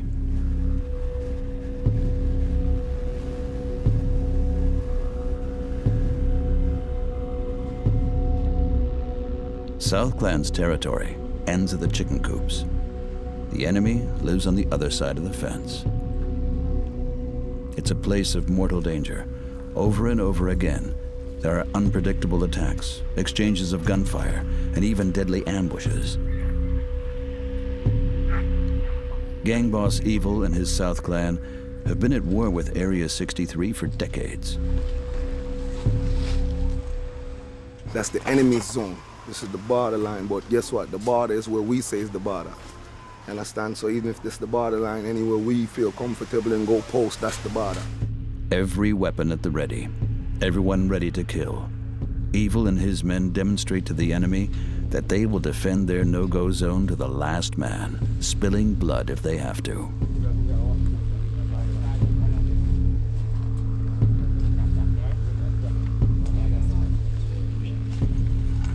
Digger say there's a window open, so we have to check that. All goers, come buyers, everybody. Can't trust nobody. A war that has raged since Evil was a child. None of the gang members knows when it all really started. It's natural they've been doing it for years because, like I said to you, when you have a group of people living a certain way, people don't like to see you live comfortable and good. Jamaica's gang wars have dominated the capital since the 70s. And it has been alleged that both major political parties have been financing the gangs in exchange for votes in the poor districts by using pressure and violence. It's a system that doesn't stop cleaning victims year after year. Here with the South Clan in Mountain View.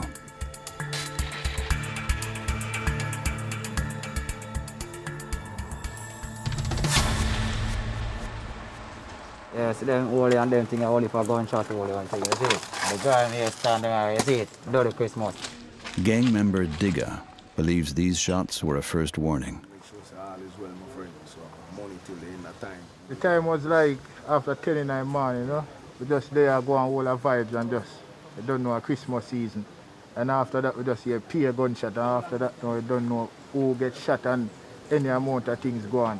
So you don't know, see our day there, everything just get twisted, you see it? So the whole joy thing where we did the whole plan out for the whole day. That they just turn into a bloody yes, Christmas. Just turn into a little psycho day, I swear. A never-ending gang war that few stand up against, except for one man. His home right next to the deadly border. And he's been hearing gunshots almost every day. For 40 years, practically everyone around him has died. But he still loves his home and tries to bring hope to the people of the no-go zone.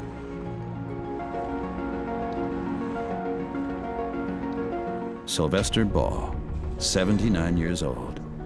Everyone here just calls him Pa.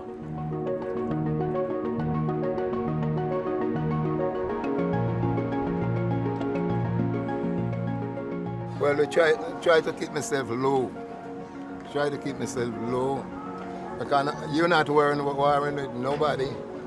But if you go outside, you can get hurt by a stray shot or whatever it is. But you try to keep yourself low. Pa fights back in his own way, with words and reason, which is precisely why people respect him. More than anything, he tries to show the young generation that there is also a way beyond violence. And it is the young generation in particular that believes in him. He tried to teach us to live in unity with each other, because just across the road, you would call it is our enemy's turf, you know? And this man is well respected both here and there. So, him just practically is the one that keep everyone here, you know? Without Mr. Butty, we don't really have any Mountain View.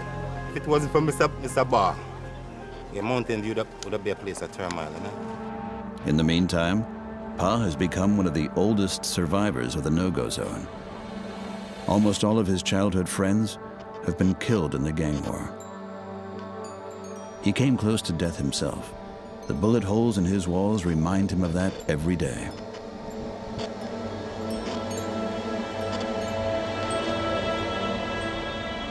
From across the road, come through the window there, see the wall there? And you can reach up where the balance goes. Well, them never really shooting after nobody, they just shoot out. So them shoot everywhere. You understand? They never really shooting after me, but they just shoot out, that side shooting and that side shooting, them shoot. You understand? But my building get it. Well, at that time, all I have to do is take covering. Take covering. Till the police come.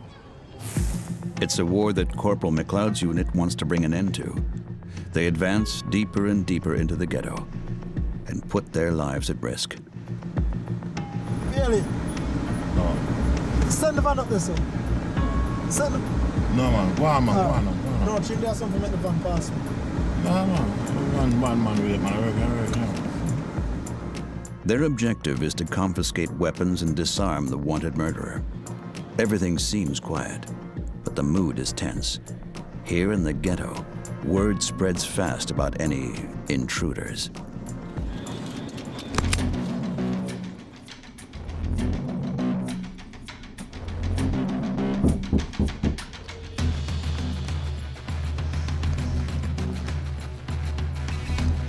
And up in the air, face the wall, stand up.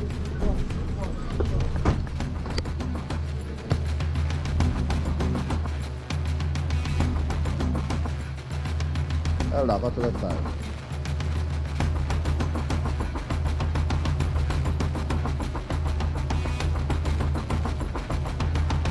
Take off the wood and kiss him face. How we determine where to stop and when is when we see faces that we are not familiar with. Suspicious looking men. We would stop to search them and to inquire as to where they are from. Where come from? 2 men of you. Where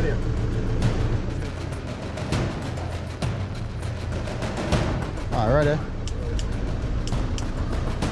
The special unit lets the suspect go and continues looking for the killer. The police know they can only enter many of the narrow alleys on foot, and each one could quickly become a deadly trap, which is why they first check the larger streets and exit the car only if they have a good reason. Get up, stand, put up your Yeah, face it, go to the wall, face the wall, face the wall, and up in the air.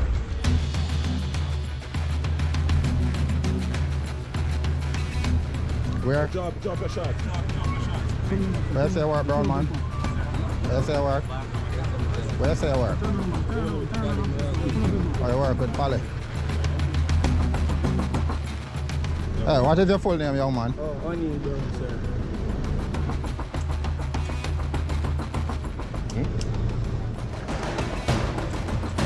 No weapons, but the unit is convinced that the suspects belong to a gang. They are armed. There's no question about that. Those guys are always armed. But they would not, their weapons would be close by, reachable. That's why Jamaica has one of the highest murder rates in the world. Almost 1,300 victims per year. Per capita, almost 10 times higher than in the USA.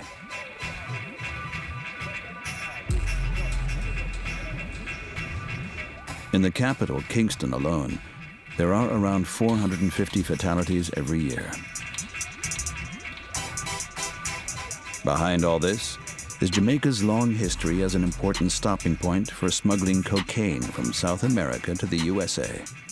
Until 2000, when the military tracked down the notorious drug lord, Dudu's Coke.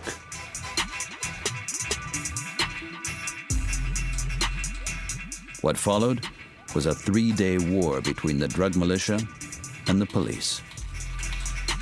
The police won, but from that time on, war has raged between the gangs. It goes on to this day. Jamaica is still the largest producer and exporter of marijuana in the Caribbean. The military and police work together to confront the situation. While prisons remain hopelessly overcrowded, and major sections of Kingston are controlled by gangs, especially Mountain View and the territory belonging to South Clan. A gang full of robbers and contract killers. Their motto, work only in other districts, never in Mountain View. Their boss, Evil, finds the jobs with the help of informants. Certain time you have people where tip off, make we know what go on. Certain time people hire you, a certain time you just going along your way. You saw something last week and you paid it attention the next week and you say, whoa, every week this take place, and now you deal with it. Today they're dealing with robbing a money courier. Evil got the tip from an insider. His men for the job are Digger and Tech 9. It park and the man go and buy something in the store. Food in the order. Carry it right there, so the back in the back seat. Just take it out. Nobody nah see our place. Digger, key, contract, you know. Contract have to get fulfilled up. Because if contract not fulfilled, Evil knows his most loyal gang members can pull it off without hesitation, come what may. me personally, I know how human beings is. You have few of them want to put up resistance, not because they want, it's out of shock. So that's what the thing, you have to be judge of good character at times when you go for things. And so instead of shoot them, you just open up them whole side of them face, make them know it's serious if you don't want to shoot them. You understand? Some of them want to push up their chest, I got something for that. If you want to act tough, yeah, but besides that, money is a must. They're ready to go and make their gang sign, trigger squeeze, pulling the trigger finger when shooting, to show that killing is no problem if it helps them pull off the job.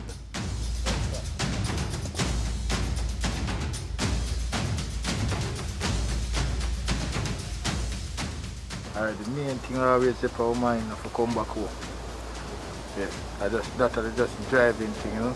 We just say, we just go do this and just come back home. It's supposed to take place somewhere in Kingston. They won't say exactly where, just that it's a business deal outside of Mountain View. Their own hood is taboo for robberies, but out there in the big city, everything is up for grabs. Meanwhile, McLeod's police troop checks out other suspicious men. But one thing is clear to everyone. The news that the police are on their way has made the rounds by now.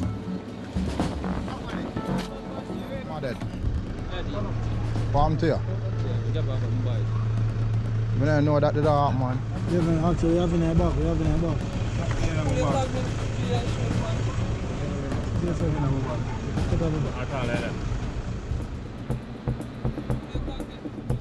Once again, success eludes them. No weapons, no trace of the wanted murderer. The special unit changes its strategy. Get off the street on the canal and go into the alleys. Somewhere out there, Digga and Tech 9 are on the move, maybe pulling off the robbery right now.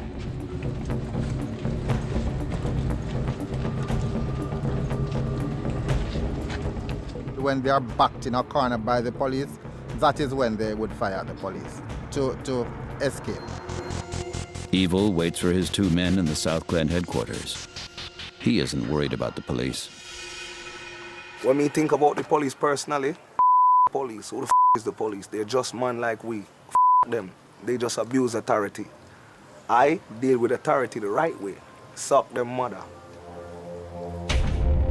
The 4 policemen park their car and walk into the district's narrow alleys.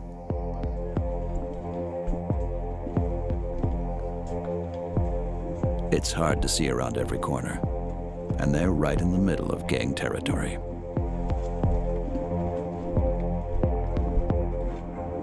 They have many places to hide.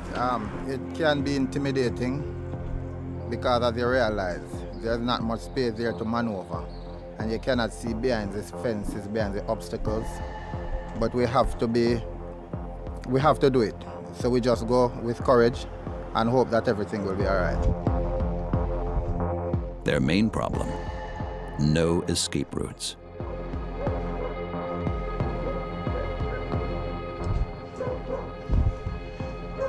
McLeod wants to work out an alternative before the attack and sends in his youngest and most experienced man.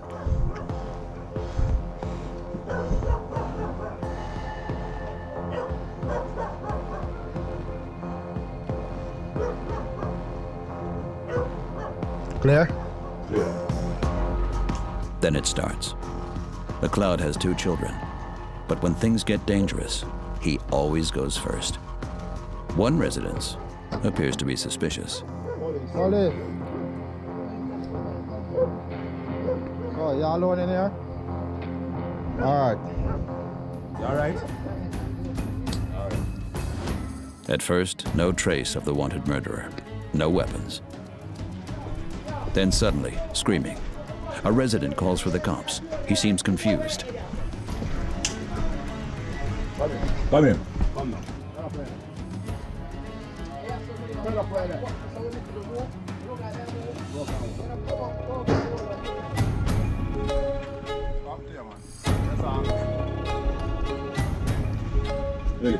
Right, that's so many.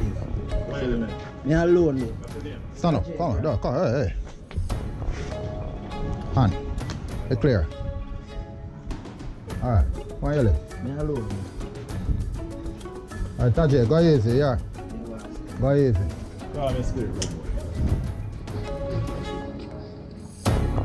Again, nothing. It's not clear why the man behaved so conspicuously. After 2.5 hours, the police leave the district unharmed but with empty hands. No weapons, no arrest. We weren't able to pick up anybody today. We saw a man who looked like someone we wanted. When we checked him out properly, we realized that it was not him. Yeah, so we really came up empty-handed, but our presence were effective. We had effective presence, and that says a lot. Tech 9 and Diga did not come across them. They're still on the move somewhere out there in Kingston.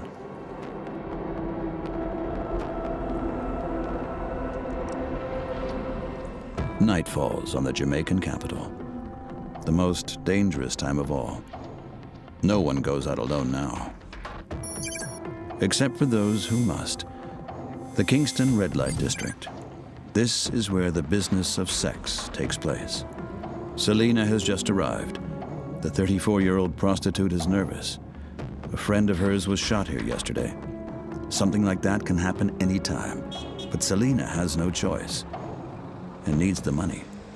I just want to have a lovely time and get some cash and go home. So have a good meal in the morning and help out some situation. I just want to be careful on the road and be myself and be nice with my client them, that they can say I'm nice, not to hurt me, but just to be nice. Selena's relatives don't know about her work. A single mother, she just moved here recently. She has tattoos on her arms, predator paw prints, because she wants to be as brave as a tiger. Her beat is one of 3 streets in Kingston where women wait at night for customers, at their own risk. There is no protection here. Selena never knows if a customer will be dangerous. Sometimes I feel so scared. I have to just be myself and just brave and just go. You can't see if them bad. You have to just be yourself and work with them. You can't know if them bad. Selena earns 10 to 15 euros per customer, On good nights, she has 5 customers and goes home unharmed. Prostitution is socially ostracized in Jamaica. It's all illegal but still tolerated by authorities. According to aid organizations, approximately 19,000 women and men earn money by selling their bodies, many of them in the tourist areas, including men who offer themselves to women from North America and Europe. Those who walk the streets in Kingston are at the most dangerous end of the business. Only the really desperate ones work here, like Selena.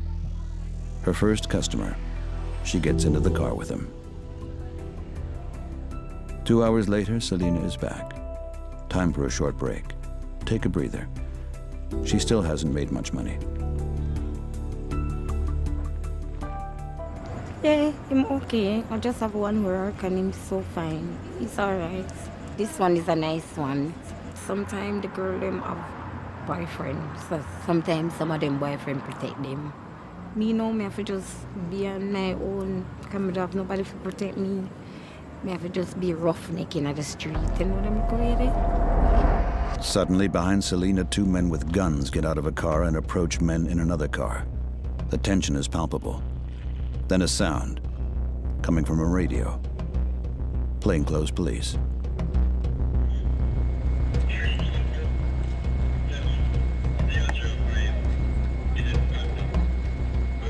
Sometimes them have raid, like take all of the girls them and lock them up and so, and them let we out back. But it's not a regular basis. Like if them come around here and man rob girl and so and shot fire, them will come and do raid. The police checks may be a reaction to the murder of one of the prostitutes the day before, but for Selena it's a scary situation. What if the men in the car start to get confrontational and draw guns?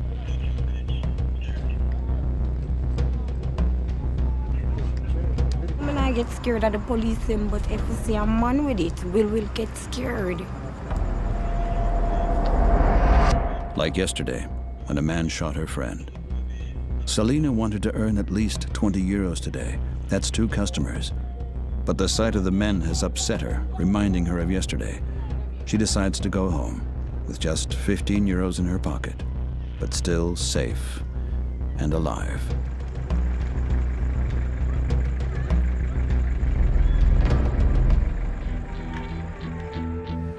The next day, a new day in Mountain View, a district with its own laws and its own rules. Human life is worth less here than in other places.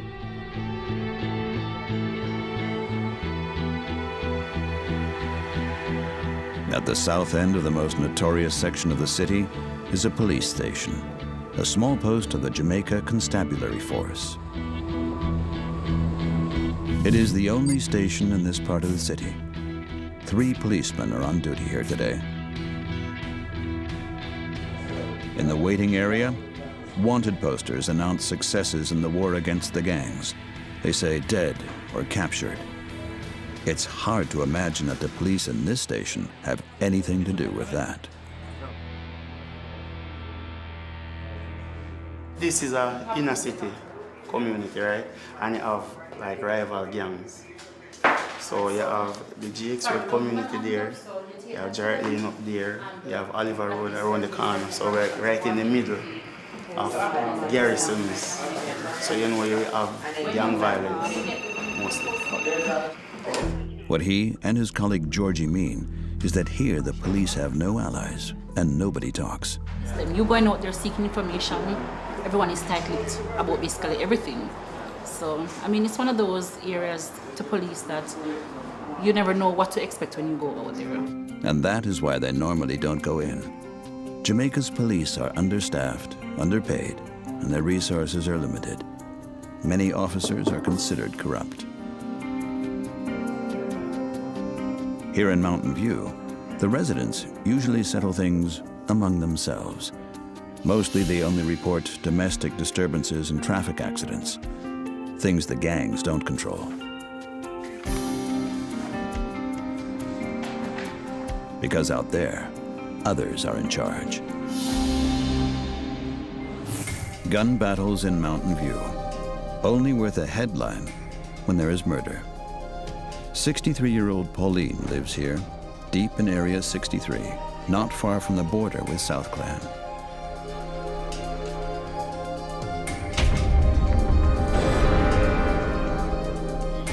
She has lived here all her life.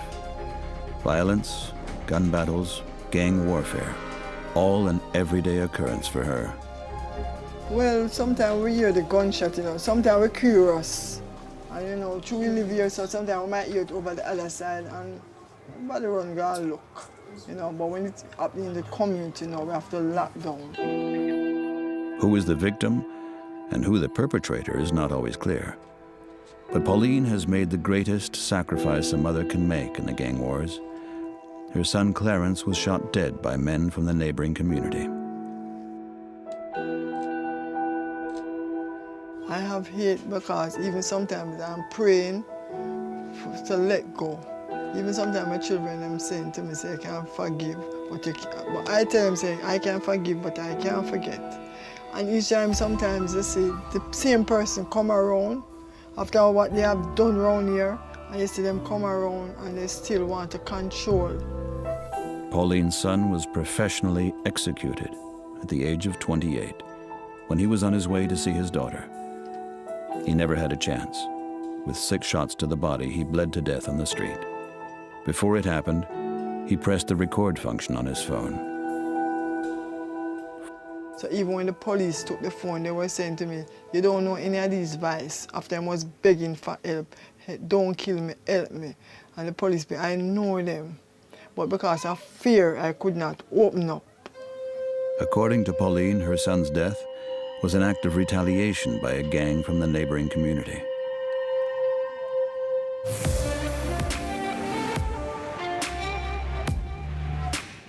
A few houses down, the no-go zone of the South Clan, where leader Evil waits for his men. Tech 9 and Digga return. They were partying during the night. The theft of the money bag worked, if not perfectly. The money courier caught them.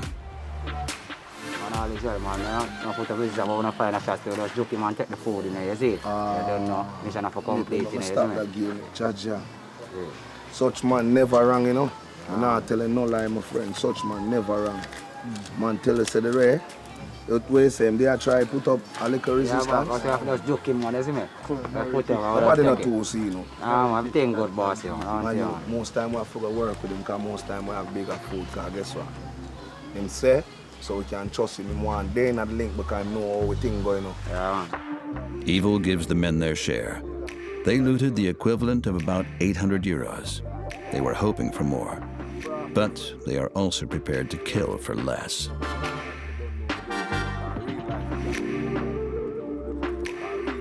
But fans have enough time, man. I know some man each will give you the photo. I know so we have to slap for them and just move, No more talking, just go and just come back, If you think about that, you're gonna leave a road. So you don't think about none of that. I don't have no feelings towards that. You understand? When it's on the next foot, people don't have feelings for you. So me, that don't even come in my mind. I got one job to do and that's it. Get the money, come back. So I don't have no feelings of remorse or nothing like that. Evil and his 2 most important men have known each other since they were kids. They grew up together. Unconditional loyalty to the gang and the community is a must. Evil's #1 rule, if you talk to the police or commit some other betrayal, you die.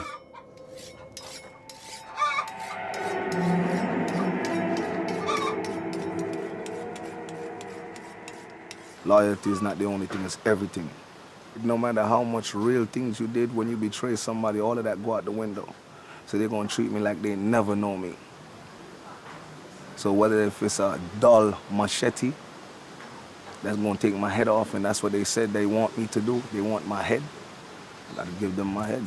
And if you don't know it is, like I said, so I don't even have to tell you what I would do to them. The Poor Man's Cemetery of Kingston, outside Mountain View. The victims of the gang wars are buried here. Pauline came here today to remember her dead son, Clarence. Clarence's sister and daughter are also there.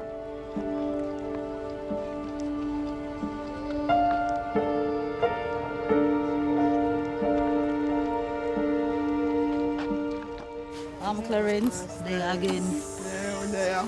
All the way there. Some excitement. Making my day. Say, mother there. Get some water. Not much. Talking to the dead, joking with them, all perfectly normal in Jamaica. They wash the dust from the stone and tell Clarence about his daughter and son.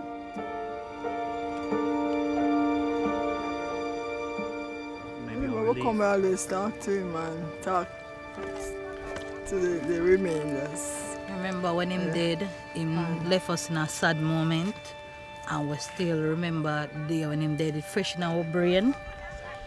So we still, my first brother, my big brother, I always sad for no, same gone. Probably if in the day it wouldn't better or it wouldn't worse, but we just sad. We have a sad countenance. Because he was the first, he was a leader, he was a defender. It is difficult, especially for Pauline. The killer was never caught.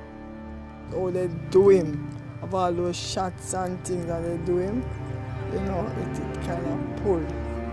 Even though I'm here now, I just see him laying like I just see him laying down on the ground. And even sometimes I say to myself, even my children, I say, I wonder if him not cry for me, or I say, to what I hear from the phone, you know, he must begging.